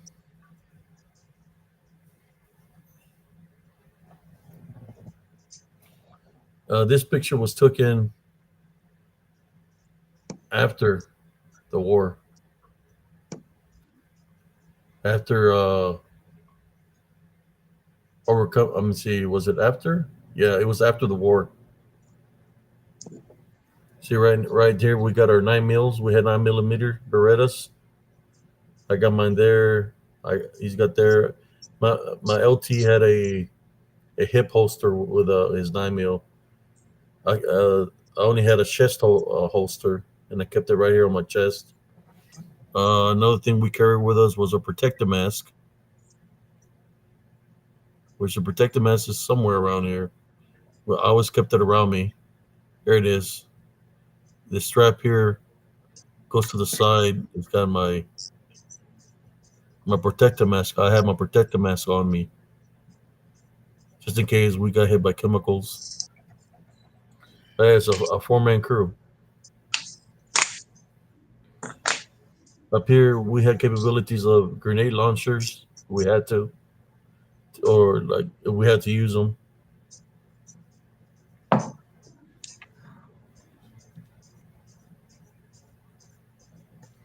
But this is me right here.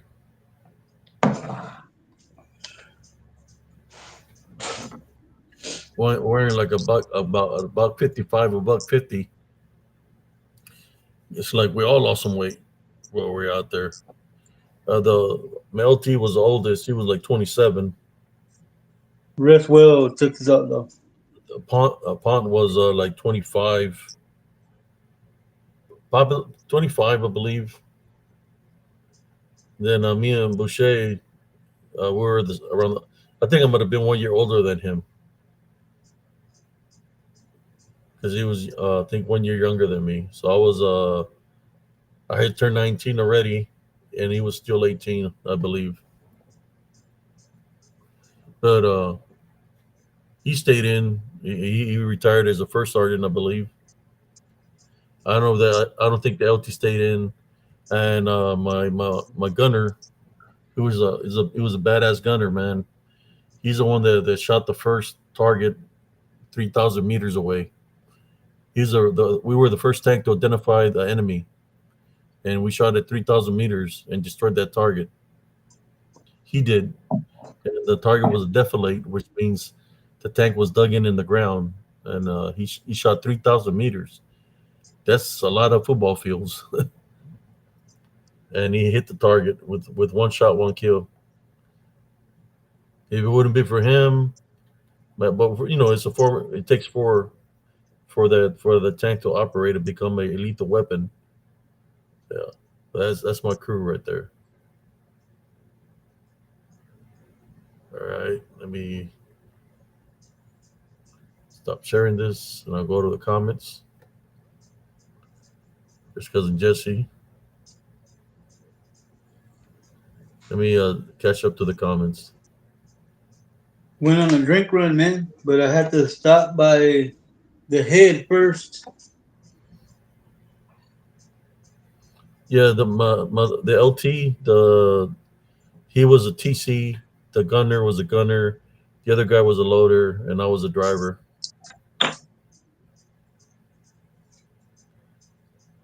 Yeah, you could be a driver, a loader, whatever they need to, whatever position. They train us to do everything, not just to be a driver, but to be a loader. And then, of course, to be a gunner, and then to be a tank commander. Because in combat, something could happen where you could lose your TC, could be killed. So then the gunner has to move up, possibly to have to do two jobs, right? Yeah, especially in a combat environment. Or the loader has to step up and to be the loader and the gunner. So you know that's part of a four man crew.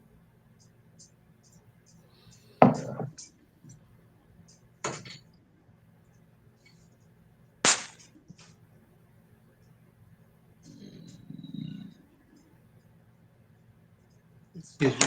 I think I'll have a picture of how far three almost 3,000 meters is. Let me see. Let me see if I can find it.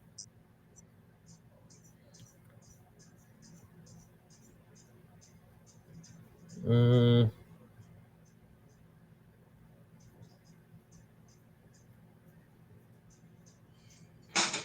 Let me look for it. See if I got it.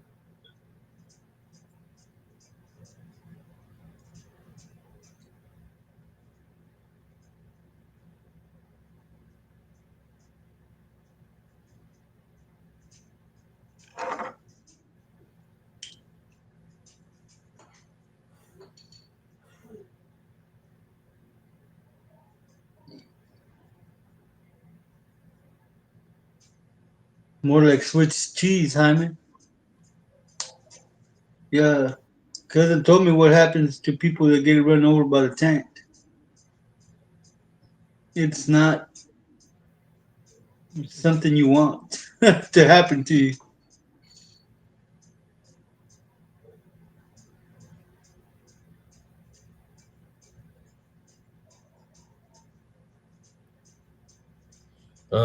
Can't.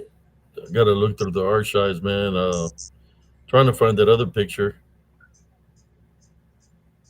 but I don't think I've done so many shows that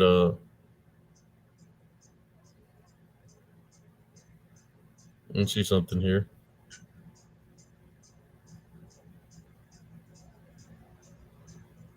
That's the question I was going to ask you, cousin. How long have we been doing this, you and I?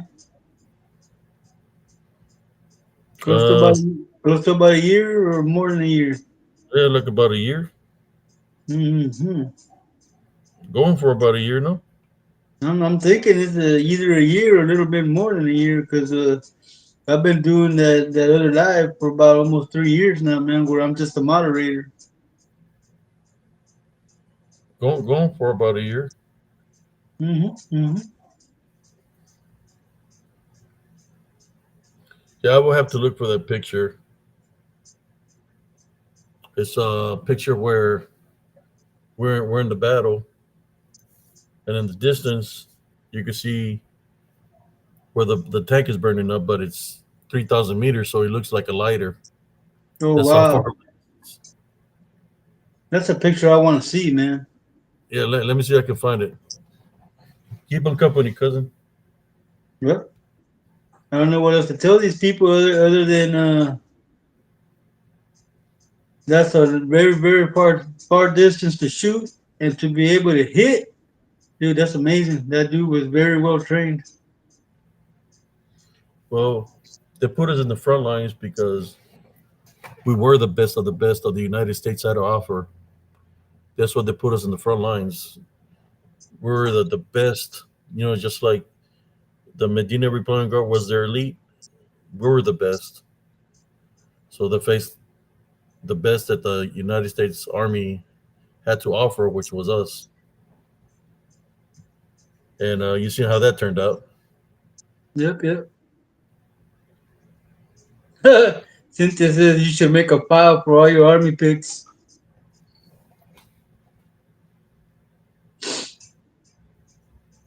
I wish I had pics of when I used to go around playing commando here in the neighborhoods. You know, before I went to the valley, primo, I went off the deep end with my old man, with my jefito. Hmm. Yeah, man, I snapped. I put a bunch of you're gonna laugh. I put a bunch of ramas and a bunch of branches in my shirt and my pants, and I army crawled down the alley, man. And I had a rifle with a scope on it. I got to the backyard of our house, and I was looking through the scope. I had my dad in my sights, man. I was gonna blow him away, but something made me change my mind, man, and shot the neighbor's dog instead. He was a mean dog. And then after I did that, I decided to leave Fort Worth, and that's when I showed up over there with y'all. 'Cause he broke my nose, man. He smashed a beer can into my nose, broke my nose.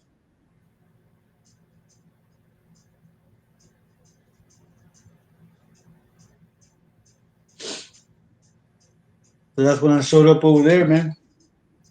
I remember I got off the bus. I had everything in a sleeping bag, and I remember I thought I was dressed to the T's, man. But you know your friend, the one with the Monte Carlo, Jaime Lucio. yeah, him and his chick were crossing the railroad tracks, man. When I was crossing the railroad tracks, and his chick said, "Mira," he just jumped off the train. They thought I was from Mexico, man. Oh, I never forget that, man. I'll never forget that. They thought I just, because the train had just passed when I was crossing the railroad tracks, man. They thought I jumped off the track. What the Yeah, hell? my dad was very abusive, Monica, but he made us men.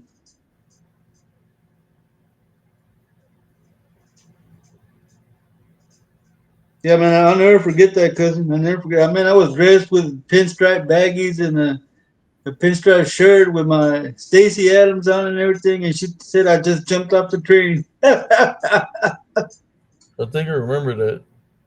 Yeah. The first place I went to, man, was grandpa's house. That's the only place I knew to go to, man, was grandpa's house. And then Tio Tony didn't want me there. He ran me off. He called my mom. She showed up and picked me up. Then mom went and dropped me off over there at y'all's house, and I saw what was going on there, and I didn't want to leave. I think Joe was already staying there with y'all.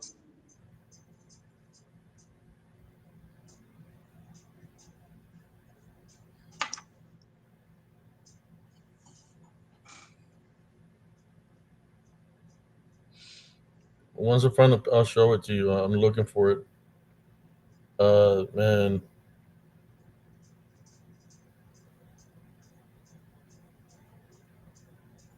if I can Oh find it. no, no, Jaime. Uh, my dad raised me the way his father raised him. My grandfather was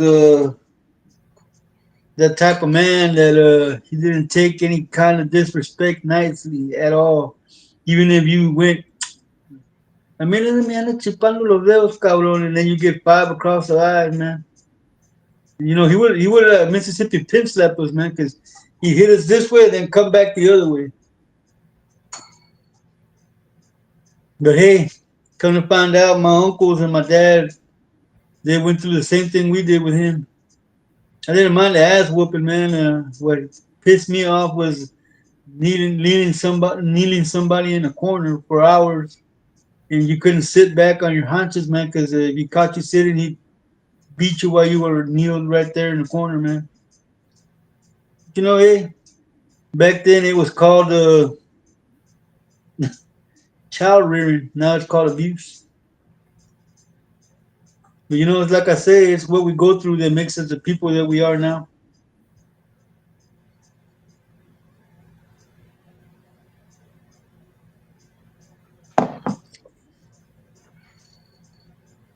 Oh yes, I was. I mean, I was a bad kid, man. I've always had a big mouth, man. I've always had a big mouth and always ready to fight anybody. Half the whoopings I got, I deserved them.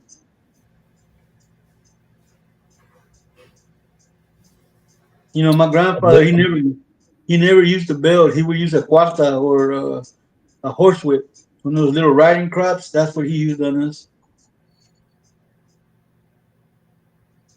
Oh no, Monica, my grandfather did that. My father got creative. He would put a chair in the middle of the room and make us put our forehead in the chair and then make a plank and put our hands behind our back. So the only thing holding us up was our forehead.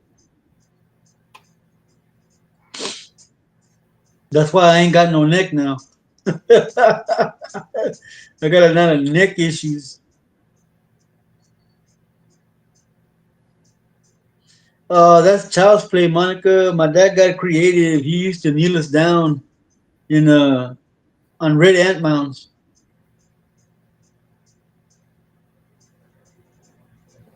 So we got used to ant bites real quick. My father never hit us with anything except his fists.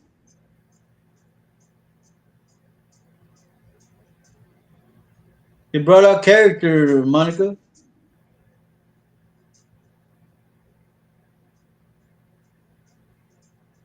Yeah, that happened to me once, Cynthia. I was jumping on my bed, and my uncle told me to quit jumping on the bed. So I went and took a shower, came out of my tidy whities, and I was jumping on the bed, and my uncle caught me, and he whooped my ass. He made me pull my little tidy whities down, and yeah, he got up in there and whooped that ass, man. I still remember that.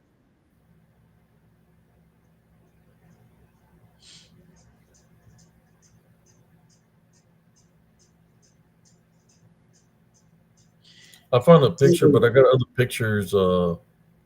Probably in a folder that I got. But I found a picture. This is closer than 3,000 meters, but I have one where it's like real far away. You can just see like a little light in the distance, like it looks like a lighter. That's the one I'm looking for right now. Anita, kids nowadays are soft. They would never survive when we were growing up. Uh, People like us would eat them up, man, because these kids are soft nowadays. They don't know. They don't go outside and play. We were always outside.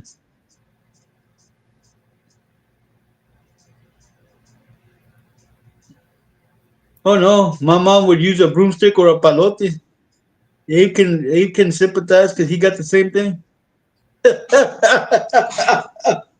My Really? mom's like,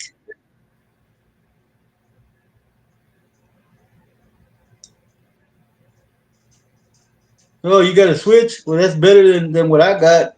My dad would get me with a clothes hanger or the two by fours from under the bed.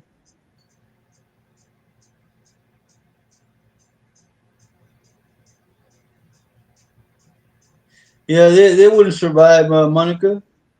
The 80s would have ate them up. In the 80s, whoever's left over from the 80s and Generation X, they're the survivors that didn't get weeded out by everybody else.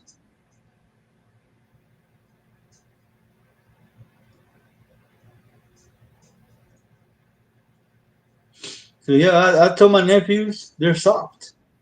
When I come over here acting all hardcore, talking all kinds of mess, and I tell them you're not about that life. You may think you're about that life, but you're not.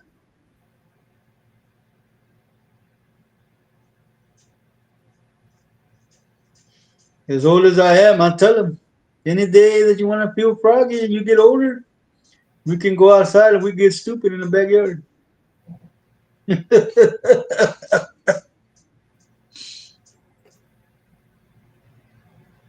Well, I found one picture that I can probably try to share. Uh, the other one that I wanted to find is in the distance. Let me see. I have to look into my folder. It's got all the pictures that I have to take a picture of it. Uh, so here we go. Let me find the photo.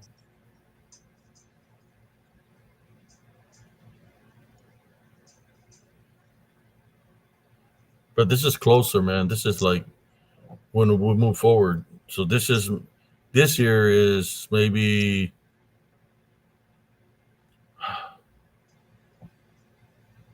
I'll say like maybe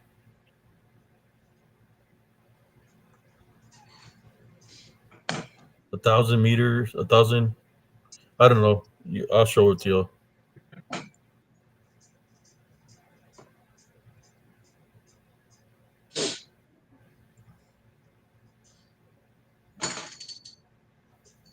All right. Let me catch up to the comments before I share this.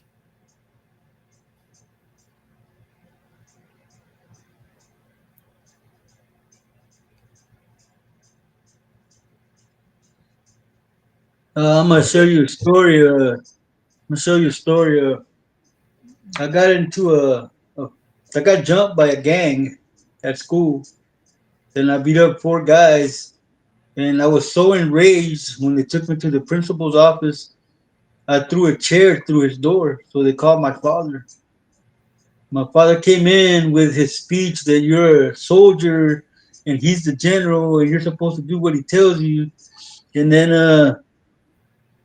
the principal told me that I was gonna get licks. So my dad asked him what he was gonna hit me with, and he said the paddle is in that little closet right there. So my dad proceeded to grab the paddle, and he beat me everywhere but my butt in front of the principal. So when he left, the principal told me, "Hey man, I'm sorry I called him in here. From now on, we'll just settle up so that won't happen to you." But yeah, man. And after that, he never called my dad back to parent teacher meetings, nothing like that, because he knew how my dad would just beat the hell out of me.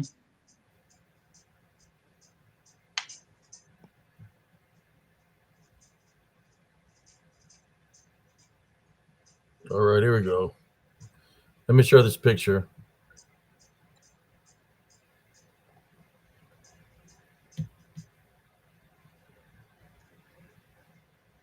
Uh, Seen that one?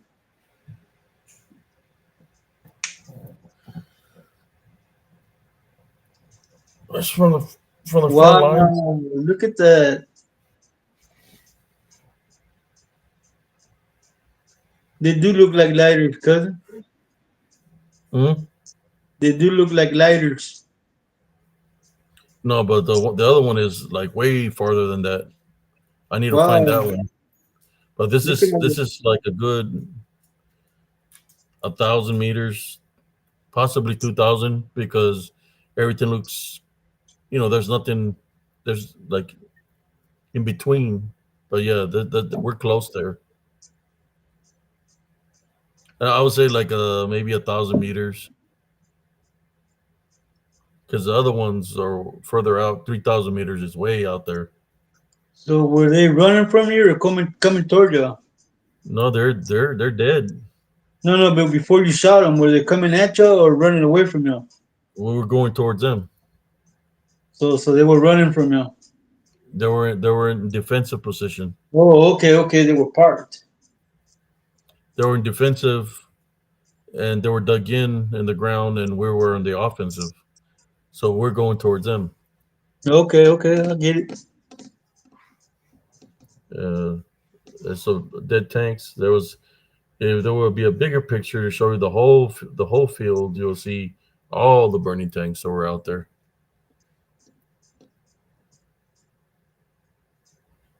and that's the front lines. Look, there's nobody in front of me except the enemy. That's when I talk about that I was in the front lines means that there's nobody in between but us, our line, and the enemy line. So anything can happen. So in saying that, let me get out of here. Go back to you. In saying that, I don't know why this people continue to come and try to mess with spiritual encrypted encounters. Let me leave my let me continue to be with my love foundation and my peace Hello, little because brother. Welcome in. the wrong fella. That's all I can tell you.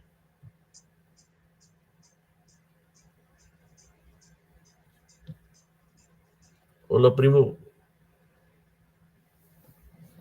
So somebody wanted to share a story. Nobody wants to step in on the open mic night. When it's not open mic night, everybody wants to jump on.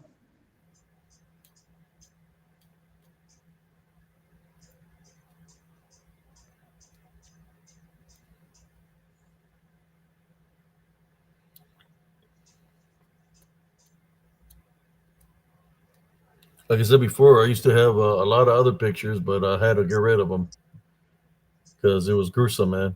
I got rid of them.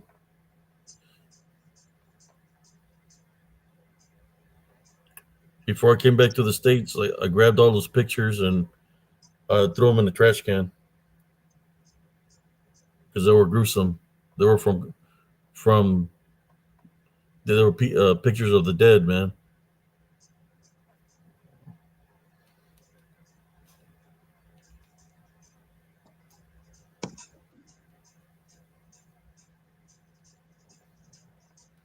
I'll let you share something with them, primo.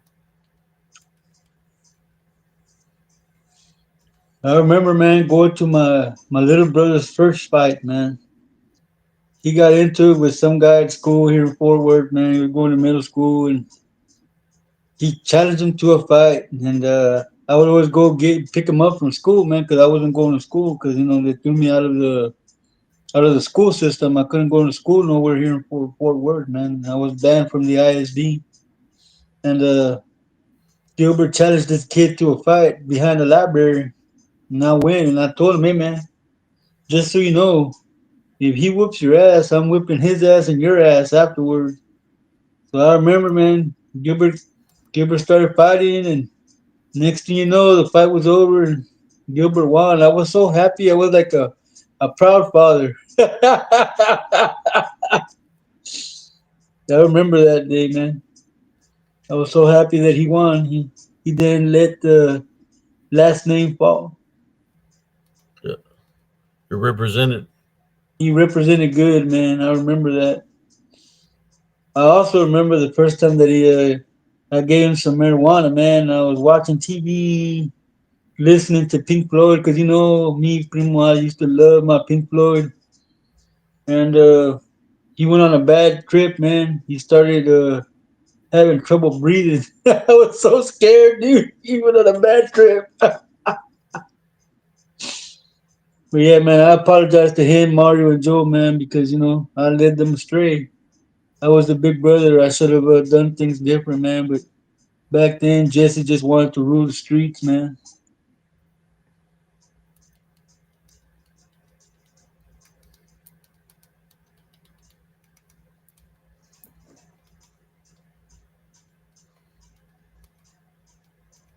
So I'm no doing good, volunteers dude. for any stories tonight. Huh? For maybe they had enough with the on Tuesdays. Yeah. Or we might have to go back to Scooby Doo Thursdays, man. Well, yeah, because nobody wanted to jump on the live.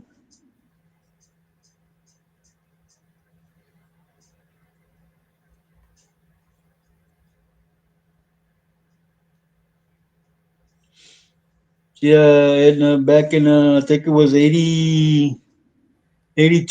I got into a altercation. I was already in the in school suspension, and after that, they said I was no longer able to go to school in the Fort Worth ISD.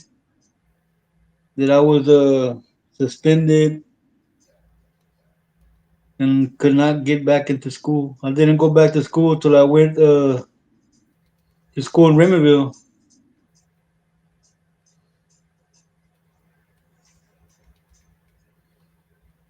That's and I never graduated from middle school, but I started going to high school over there.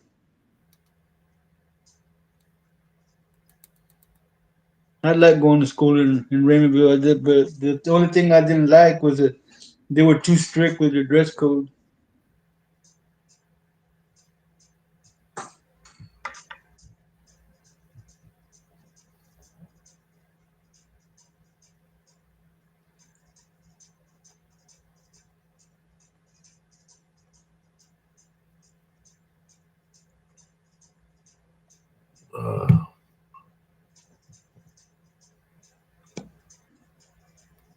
Uh, we did a little bit of everything tonight. I think we did pretty good for 2 hours. I know it was 10. I think we had a pretty good crowd here. Could have been the other camp that was infiltrating, hearing them get roasted the way they did.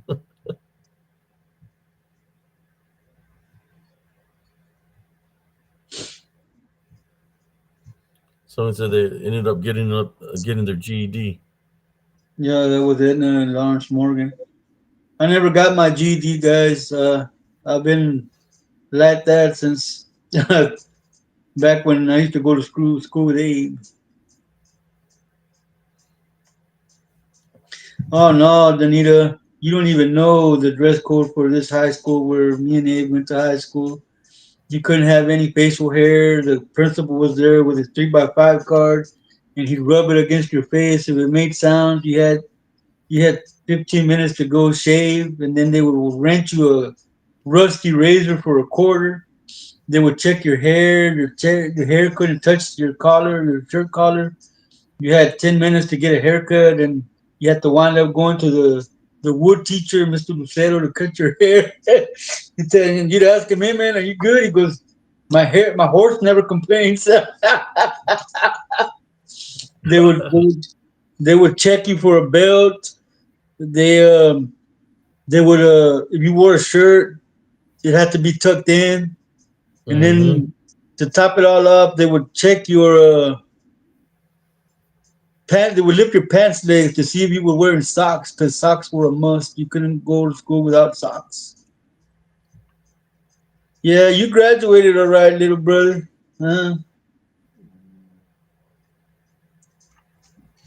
You graduated from the streets, man. You failed, dude. Don't lie. You ain't gotta lie to kick it, bro. Now Jesse ruled the streets, bro.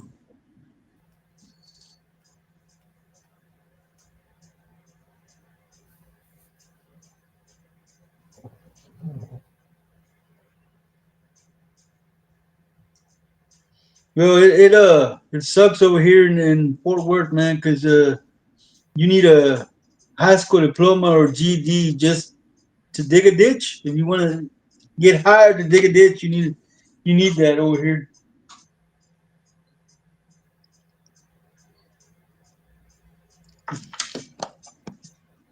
Yeah, and that's way too strict. I remember I went to a football game once, and I was dressed up the way I like to dress. I have my two buttons button here. My shirt was open. I had my undershirt on. I was smoking, and the principal ran me out out of the stadium, and then he didn't give me my money back. That bastard. He said that all school functions had the school dress code.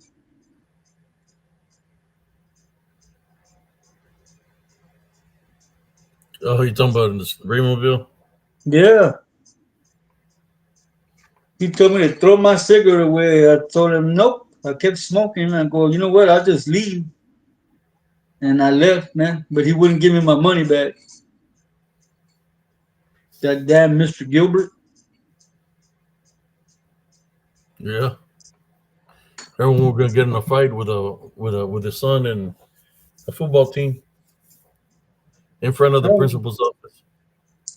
I don't know, man. He told me, you can't be 150 feet from this school. I told him, well, follow me 150 feet and I will happily whoop your ass.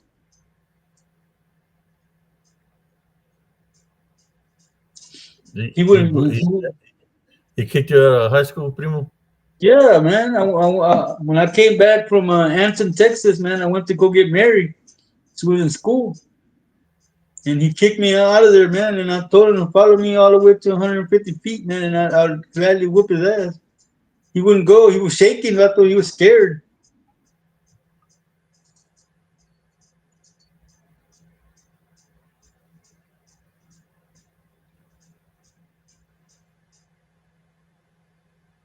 Yeah, his son would get away with the dress code. His son Good had long night. hair and everything. Good night, Jaime. They would get away with a lot of things. That's why we wanted to get in a fight with him.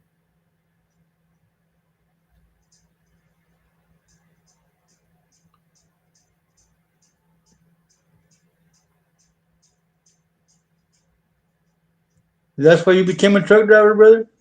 Okay, I was gonna say something, but I'm gonna keep my comment to myself. But, No, I wasn't wild, man, and I just didn't give a damn about anything. That's why Primo just telling these guys, he's telling them the right thing. They don't really want to meet me. Cause I remember I beat up one of my girlfriend's daddy in his front yard. I was 14 years old when I beat up that 36-year-old man in his front yard.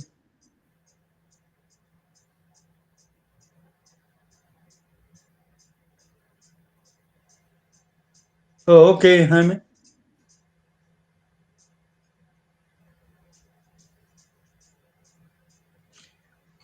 You know, the kicker for me, cousin, the kicker for me at that high school, man, was the fact that you had to take a shower after PE. That was a must. You couldn't get out of it, man.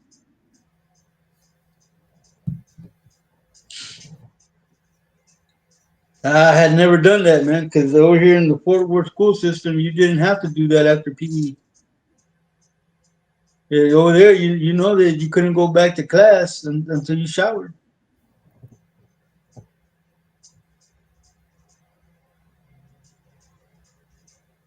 Yeah, man. Then the old Jesse, he was an MFer to say politely.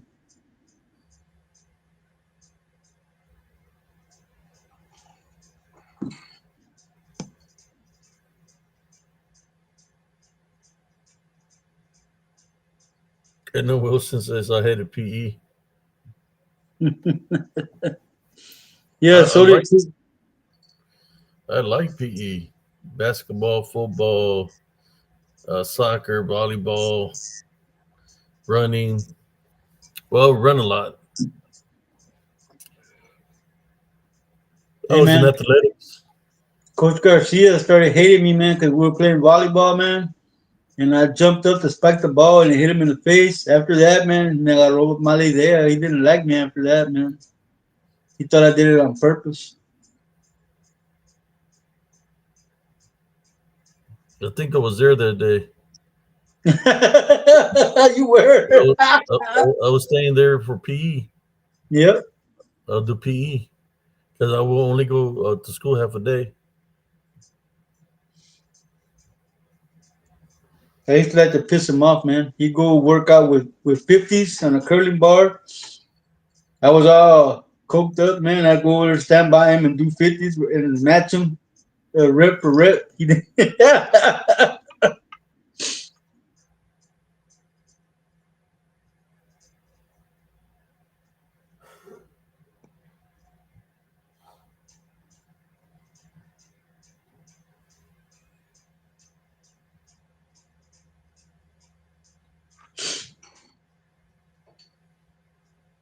Here in Fort Worth, I would go to school. I just never stayed for the whole day. My friend Slick didn't go to school, so I was over at his house. We'd go out to downtown and go play video games at the skating ring.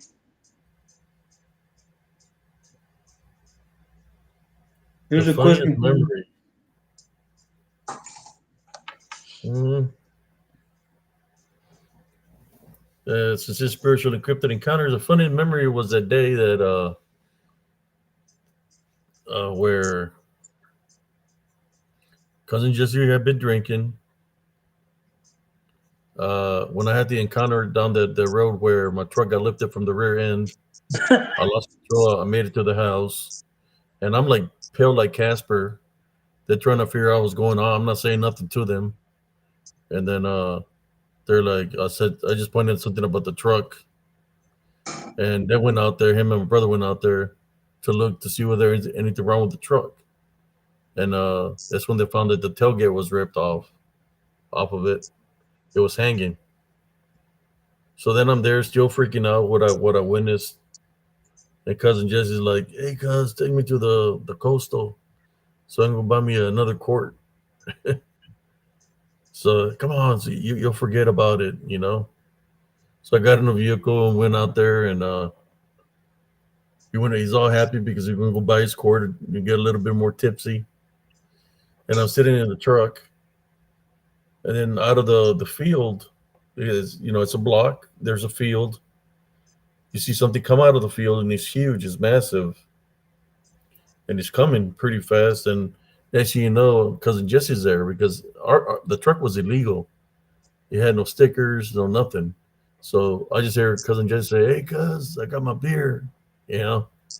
And I was like, "Get on, get on, get on, get in." He's like, "What? Look." And he looked. What'd you see, cousin Jesse? Like a big old black shadow figure coming at us, and I lost my buzz, man. I was like, It "Let's was go, let's go, massive. let's It go!" was massive, It was massive, man. It was just wider than black. the wider than the street, like Yep. like the half of the street. It took half of the street. That's how wide it was, and it was very tall, and it was moving right. So we got in the vehicle. The truck had the things up there, 3 speed, right? Christmas tree. And freaking, I started out. We started taking off, and it was chasing us. We went like 2 blocks, and I said, "Fuck it, I'm gonna face." Like in my mind, I said, "I'm gonna face my fears." So I do a 360 on the on the thing. Jesse's buzzing, while all this is happening, and I turn and I'm facing the thing that's coming down the street. So I start messing with it. I start going at it, going around it, and we do that for a couple of times, and then I don't know what cousin Jesse's doing. He's freaking out, but he's like, were you laughing, cousin Jesse, when that I was was, I happening? was, I was laughing because I was like, "Man, quit playing chicken with this thing. Let's go home." Yeah, I was playing literally chicken with it, going around it, messing with it, and then I took off home in the middle of the street. But it was huge. Did you get a close look at it, cousin? Yeah, man, it was big, man. It was as wide as the street, and it was tall, man. I'm thinking maybe 15 feet, maybe more. But yeah, man, it was chasing us, and you were over there playing chicken, man. And I'm like, "No, come on, man, let's go." Yeah, no, man, I I lost was my playing business. chicken with it. I'm not going to run away from it as I want to face it. I was playing chicken with it, doing going around it with a truck, and like I'm going to hit it, go around it. And we're laughing, and I'm laughing, like, and because Jesse's buzzing, and Not I guess anymore. I was laughing because cousin Jesse was already buzzing, so he was like freaking out, like let's go home. Let's What go, are you telling let's me? go, let's go home, man. Quit playing chicken. Let's go. And you're like, "No, man, no. I want to see what it's gonna do." I said, "Man, come on, let's go home. My cord is getting hot." And we go home, and I make it home,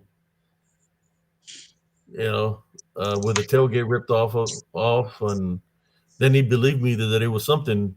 At first, I was saying that it's all in your imagination, like everybody says, people that have Yes, it encounters. was. But he witnessed it. They're like, oh shit, it's something. It's really something. Even then, I'm not gonna bullshit you. I'm gonna tell you exactly what I see. I'm gonna lie to you. If I tell you that I've seen something, it's because I've seen it. And what's weird about it is that you've seen it too.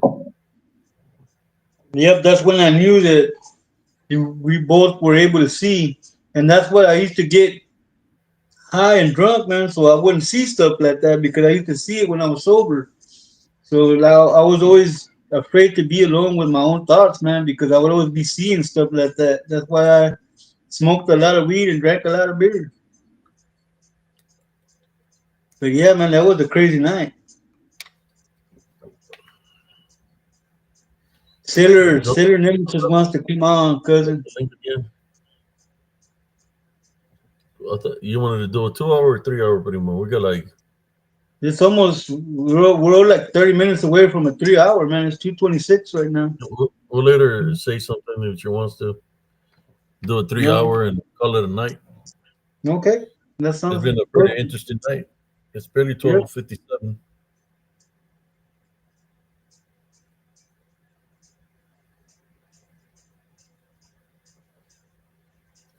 There's the link right there. Yeah, I mean, and I was laughing too, no primo. It's kind of like I lost my mind a little bit. Yeah. I was I was laughing at it when I was playing. What was it called? Uh, Chicken. You were playing chicken with it. I was playing chicken with it. It didn't Gonna know what turn to. around, gonna turn It, around, face it, and go right toward it. At the last minute, you're gonna go around it. I'm like, no, man, we need to go. what time frame was this, cousin? Like around, it was before the beer stopped selling. Yeah, it was around. It was a Saturday, and they stopped selling at 1, so we went over there about 12:30. Yeah,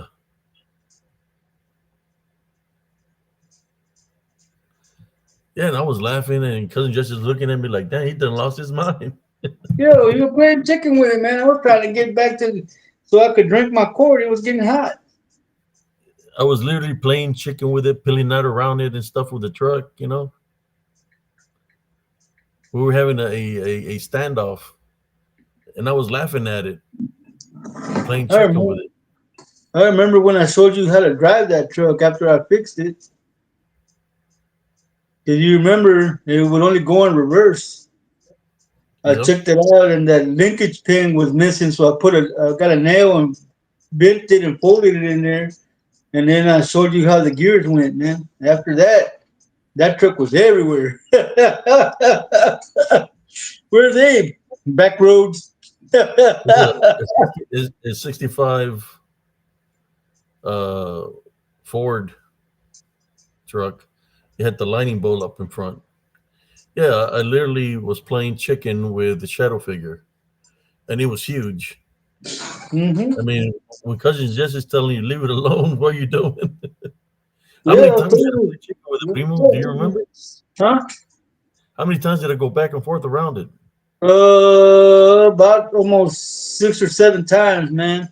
And I kept telling you, come on, man, let's go. My core's getting hot. You were like, no, man, I ain't done with this thing yet. Come on, man, let's go. Yeah. Yeah, and we're just standing there looking at us like, what the hell is he doing? I guess they Mm-hmm. expected me to be afraid because the DDN. That's what they do. They want you to be afraid. I said, screw that. I was playing chicken with it. Hey, No, Madeline, I was how old was I at the time? I think you were probably 17 because I was just about, I turned 18. Yeah. So I was playing chicken with it.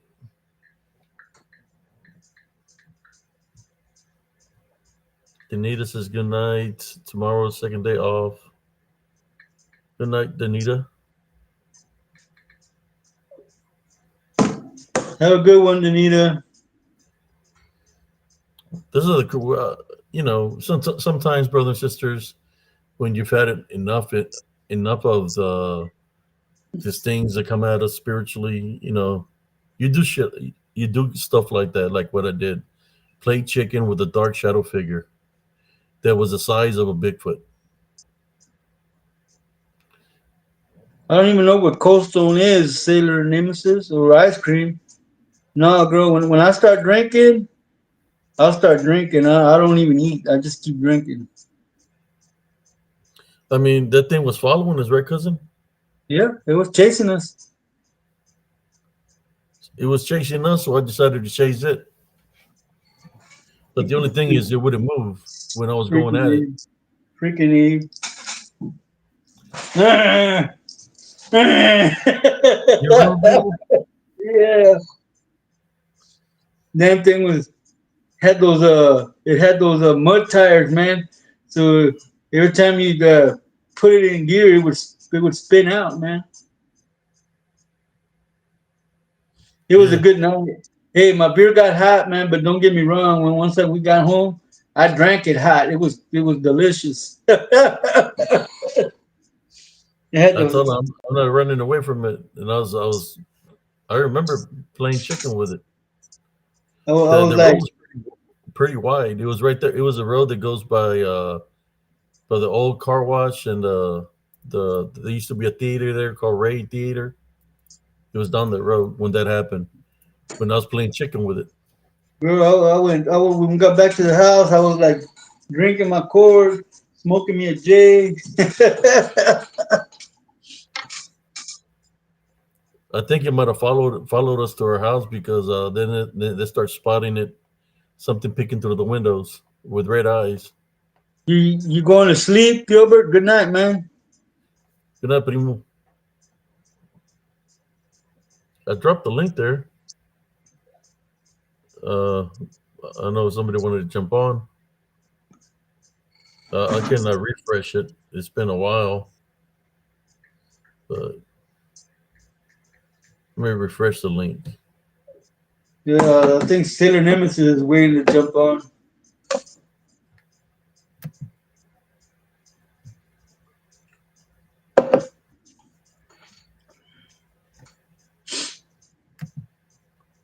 There we go.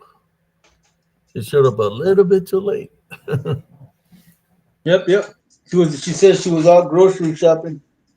Oh yeah. Yep.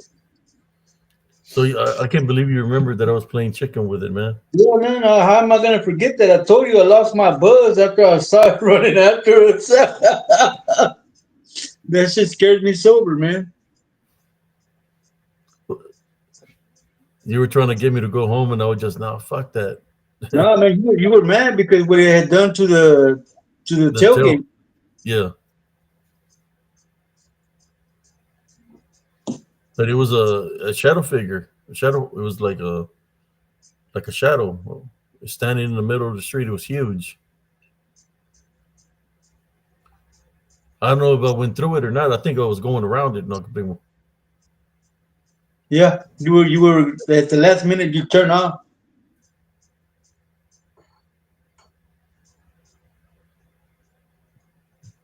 I'm surprised the cops didn't show up while all that was happening. I was peeling out. No, primo. Yes, sir. With those mud tires. I remember, man, that thing ran sweet. It ran sweet, man. It didn't have a backfire. It wasn't over revving. It was sweet, man. That truck was. I think I only drove it one time. After that, I never got a hold of it anymore. If your brother didn't have it, you had it. Yeah. If people want to know how the shadow figure looked, I think I got a. I don't know, man. It was huge. I don't know. I don't even know if I got a picture of something as big as it was because it was pretty massive. Is Sailor in the lobby? Nobody in the lobby. I placed the link right there. So the time is going, man. It's going, and We've been we at got. it 2 hours 35 minutes. Tell them some of the things that you witnessed there, Primo, because I think you witnessed some things too when you were out there, like by the parish hall. when you because you used to go to the parish shop where they had the basketball courts, but you wanted some things Yeah, out there too, no? yeah, man. Yeah, man. I noticed some black shadow figures over there, man. And I was always out walking, dude, late at night. I was always out walking, man. Like when I would walk home after coming from town, right side on the other side of that roadside park, there was a farm, and there was always a cow that used to follow me up the highway, man. And the whole time it was following me, it was moving at me, man. So that shit would freak me out, and I always started to think that might have been a, a skinwalker or something, man. Because like I said, it would follow me down the highway, just moving at me. And this happened every night.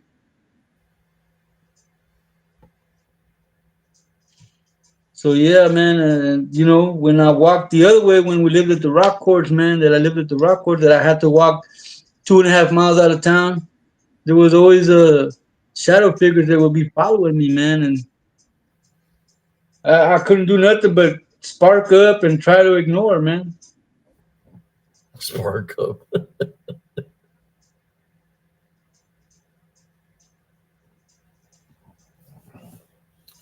They'd be everywhere. The shadow figures, they're Yeah, everywhere. man. But I believe they're all the same. The DDN, you know, just like Central Texas, there's a lot of native land. Well, all of Texas used to be native land at one point in time. Even Mexico. So yeah, there you have a lot of shadow figure activity in that nature. You know what's funny, cousin? When I was by myself, I would see all kinds of stuff and even the chusas. But when my friend Juan was with me, even if it was late at night, I wouldn't see nothing. It's like they would stay away from me.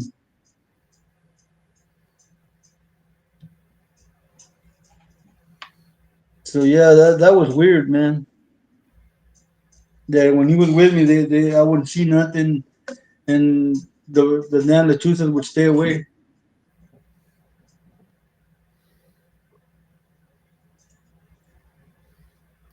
In Spanish, a shadow figure we call it bulto negro, which means dark shadow. All right, is it a dark shadow, primo? Huh? Bulto negro. Yeah, it's a dark shadow figure.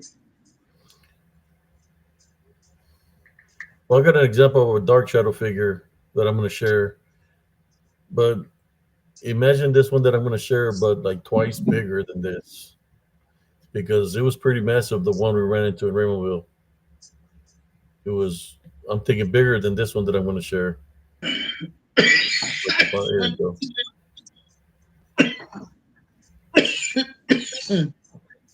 Way bigger than that. What do you think? Do you think it was bigger than that, Primo? Oh, it was much bigger than that. Much bigger and wider. So, so the width would be like around side to side, like Yep. two of them, and as height wise, twice the size of this. That's how It, big the dark shadow figure was that was coming down the street. it's my friend Juan. His grandmother taught him how to turn into a lechuza. It was the family business.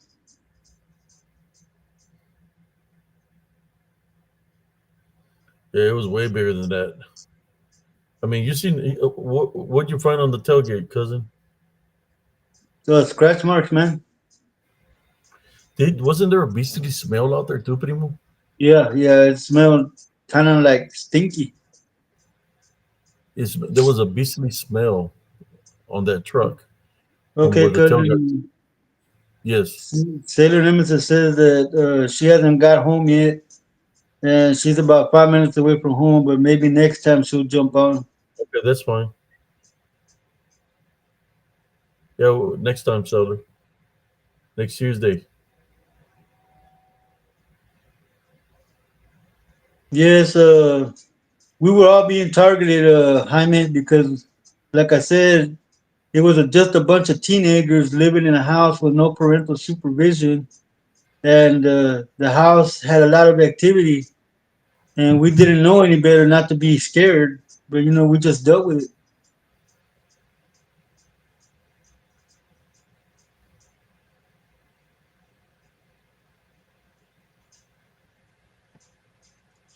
So yeah, there was scratches on that tailgate, and luckily it was something that could be fixed because that thing had chains. It didn't have anything, so we just put it back and put the chains back in there. The chains went around the outside. Just where I lifted up from the rear end when I was going like 30 miles an hour on the dirt road, 35.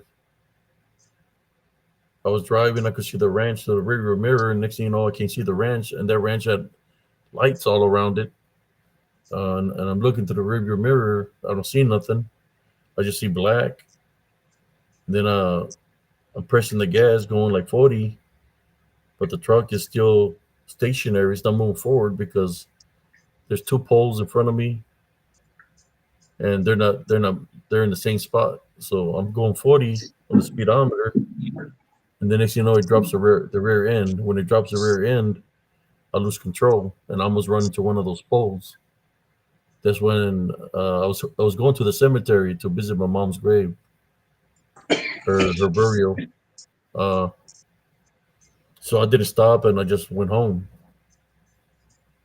Yeah, it was ripped off. The tailgate was ripped off of it. Whatever it was, it had to be strong enough to pick up a '65 Ford pickup. Those pickups were made out of steel. Yeah. Yes, Edna, she sure did.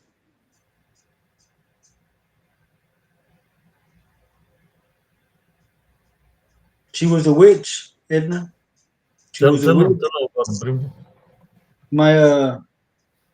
My friendship with this man, he's a man now. We were kids, but I did not know that his father and my father were friends. My father taught his father how to fight. I taught him how to fight, and his kid and my kid are friends. So we go back 3 generations. But his grandma was a witch, and everybody in town knew that she was a witch.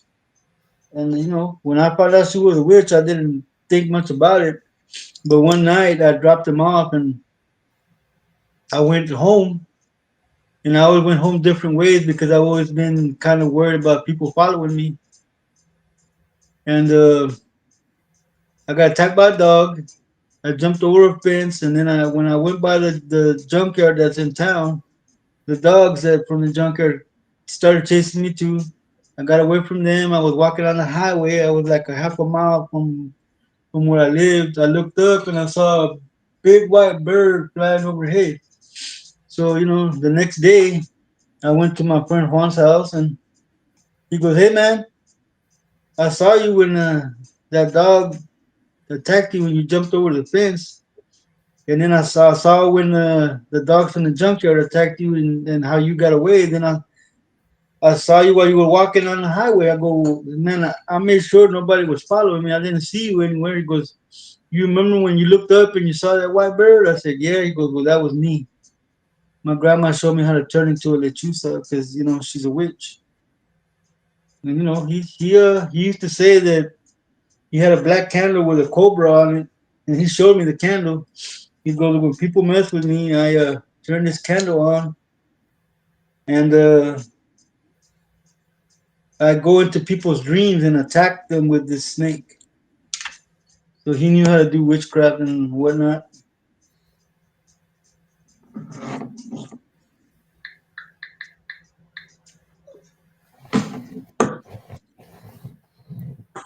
So yeah, he was a warlock.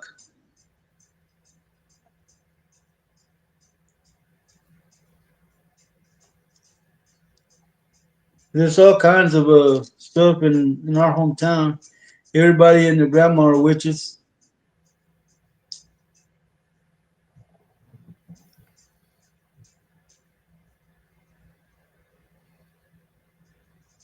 Yep. And you have a lot of activity, a lot of demonic activity, shadow It's like figures, it's like poof, the it's like Satan uh, lives in the valley.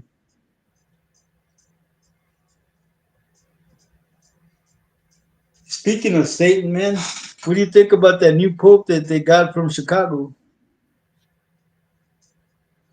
I don't know. I didn't see. I'm not keep up with that, primo.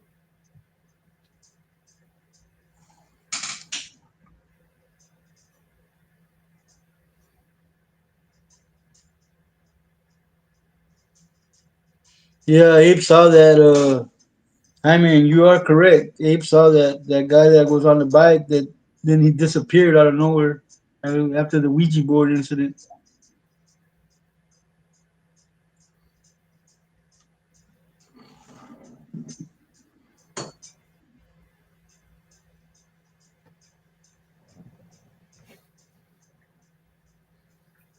Yeah, it's one of those things. Like our hometown is if a witch has a if grandma's if somebody's grandma's is a witch, and those witches have beef with them, then they try to attack the children.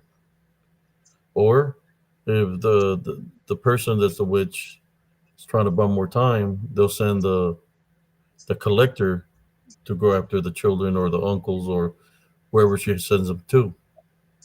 That's why it's important to maintain the Love Foundation, tie by the rebuke in Jesus Christ's name, and cut and sever negative ties of generational curses. Because somebody that makes a deal with something or chooses something is pertains to that person, not to us. So you sever those negative ties of witchcraft and necromancy.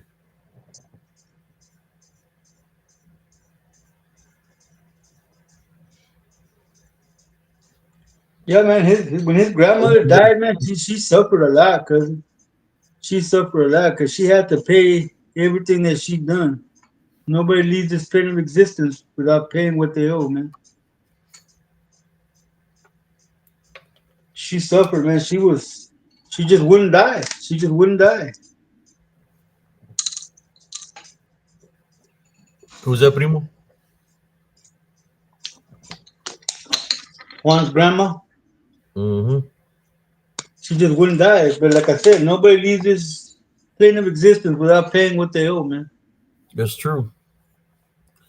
Maybe we'll do a show about that one day. Oh, tomorrow. What day are we tomorrow? The Chusa Friday. Bruja Lechuza Friday. Be there or be square. We'll save those stories for tomorrow. Yeah, man. Uh, She knew me, cousin. She knew me very well. She knew my father. And then I came to where did I go? I went to Anson, Texas, and came back, and she was sick. And when I came back, she was dying, and she had never disrespected me, man, never.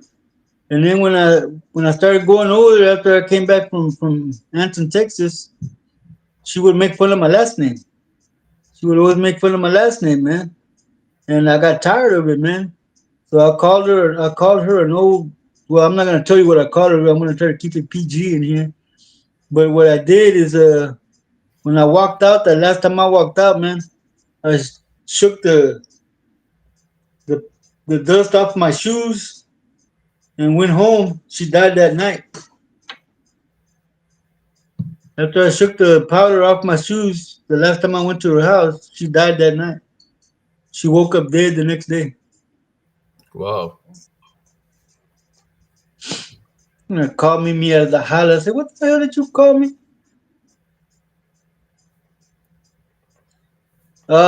She was up there in age, Monica. I'm guessing she was maybe close to 80 or 90 years old.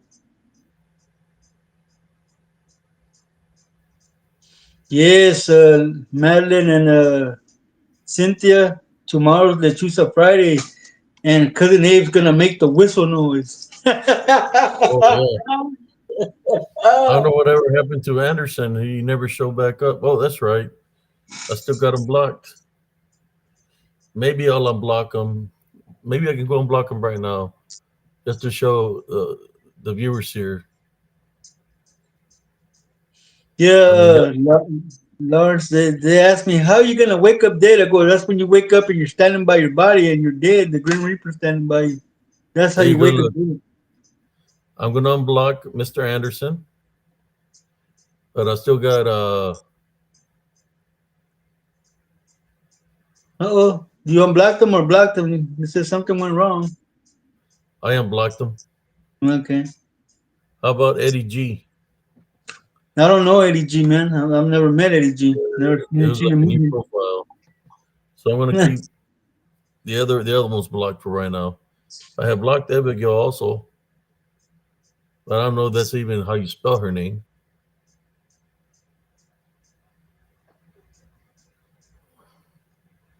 Monica says, no, don't leave him blocked. He's too freaking weird. She said, "What? To not unblock him because he's weird.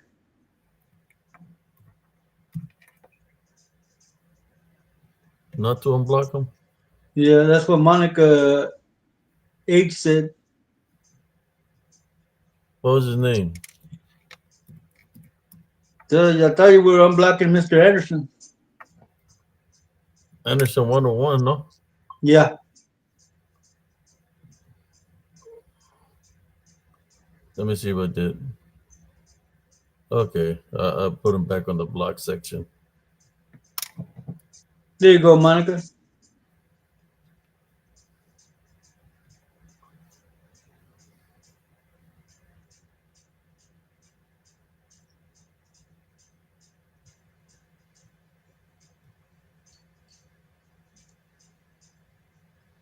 You know what? What was the name of the other fool? Oh, no, I blocked him already too.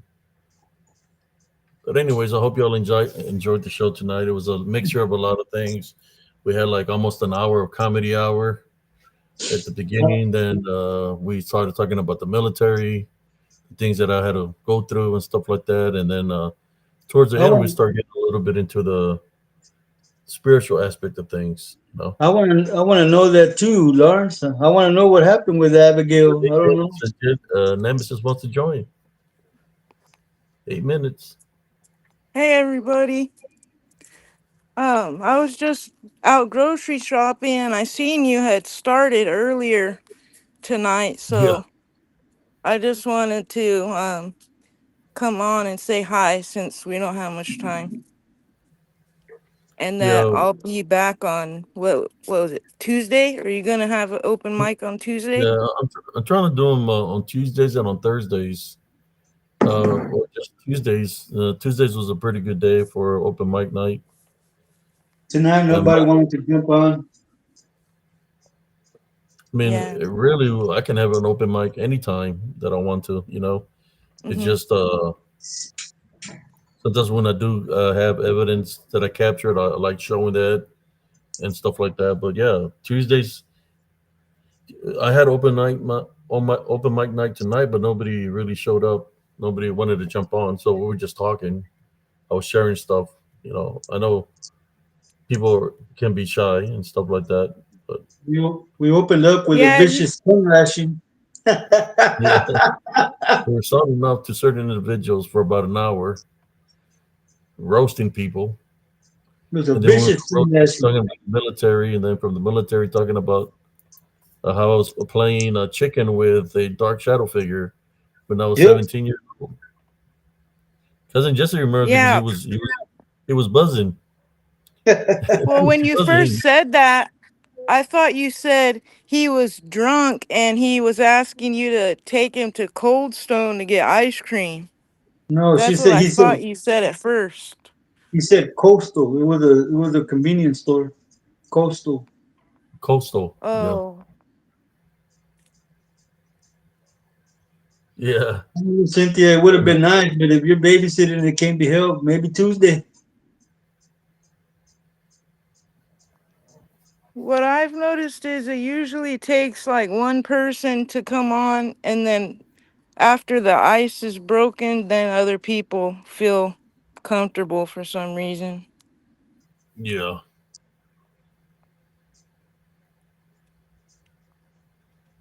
But if think ever there's one night you do a show and cousin Jesse is sick or tired, I'll be the co-host if you want.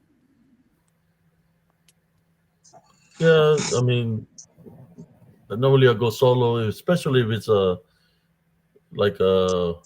But yeah, I can always add somebody. It's just we've been trying to do shows for about 2 hours, but sometimes we go three. Sometimes I've gone a little bit crazy, like 4, 5, 8 hours one time.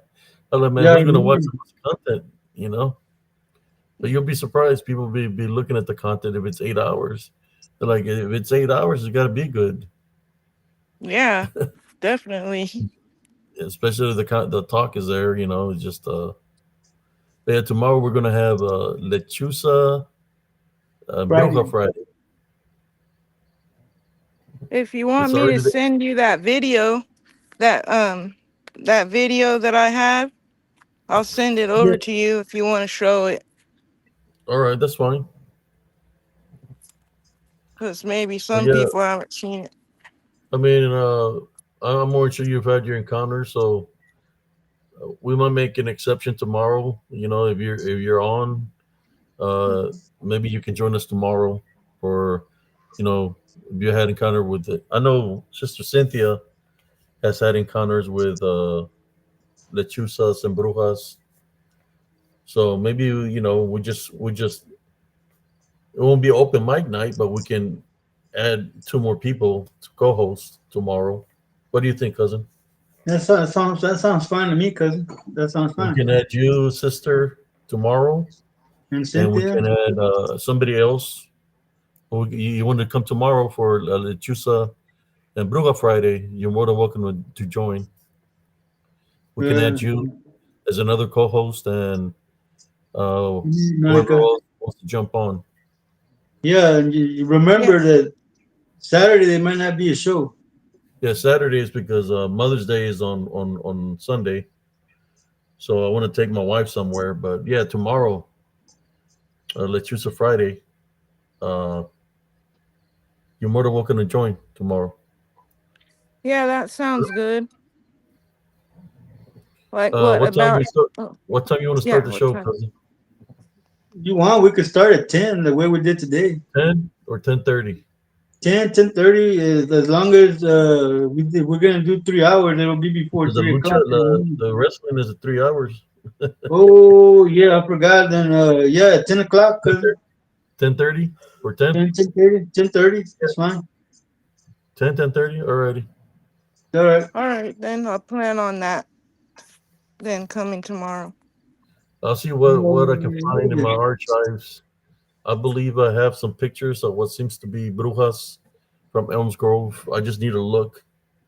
I need to find some of my videos and really look into there because I need to lower the speed. When you lower the speed, then you're able to capture things that are you can see with the naked eye because they Right. vibrate at a different frequency.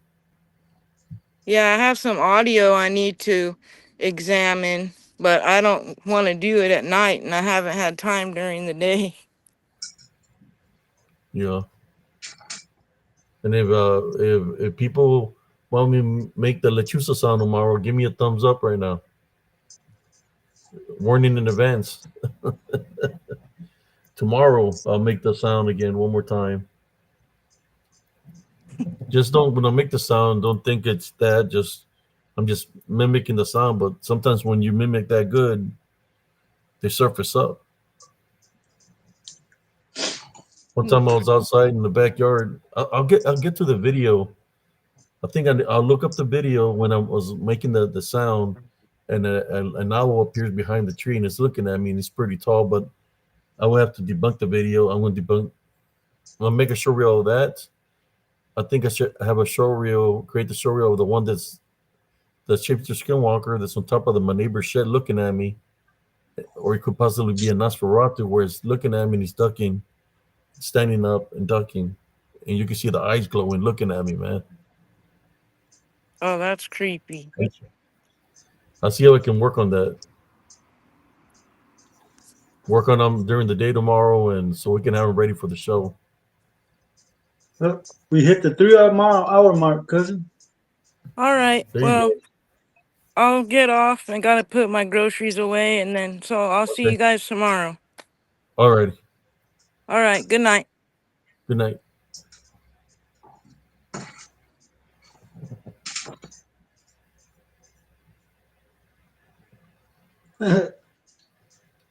You want to hear that sound? Tune in tomorrow. We don't want no activity picking up tonight. Madly saying, "Tooth bonita, thumbs down." Wendy, Tondita. No te asustes. Well, you know what? Yeah, maybe she's. I could see where she could say that because I made that sound and then she gets in a car wreck. Right, right. Didn't it happen the following day from when no one made the whistle? Something like that. A day or a day or two. I can't remember, but yeah, somewhere on that. Yeah, okay. Cynthia don't Don't want to worry. hear that either. Just go like this one day. Put two duendita fingers in your duendita ears. All right, cousin, I'm gonna get up out of here. Ladies and Hey, yo, gentlemen, thank you. we got some Huh? thumbs up for the noise. Four Yeah, thumbs I up know. Ladies for and gentlemen, tomorrow. thank you for coming in. As always, we like it when you come in here and spend some time with us. Sometimes, please I apologize for the way the show began, but we had to get that off the chest and give these people a vicious tongue lashing. Saying that, may the Lord protect you while you sleep. May you wake up to abundance and all your blessings when you wake up. All right, I'm out of here, guys. Bye, Cynthia. Bye, Madeline. Hola, Primo. primo. ¿Cómo estamos, Later. Jaime?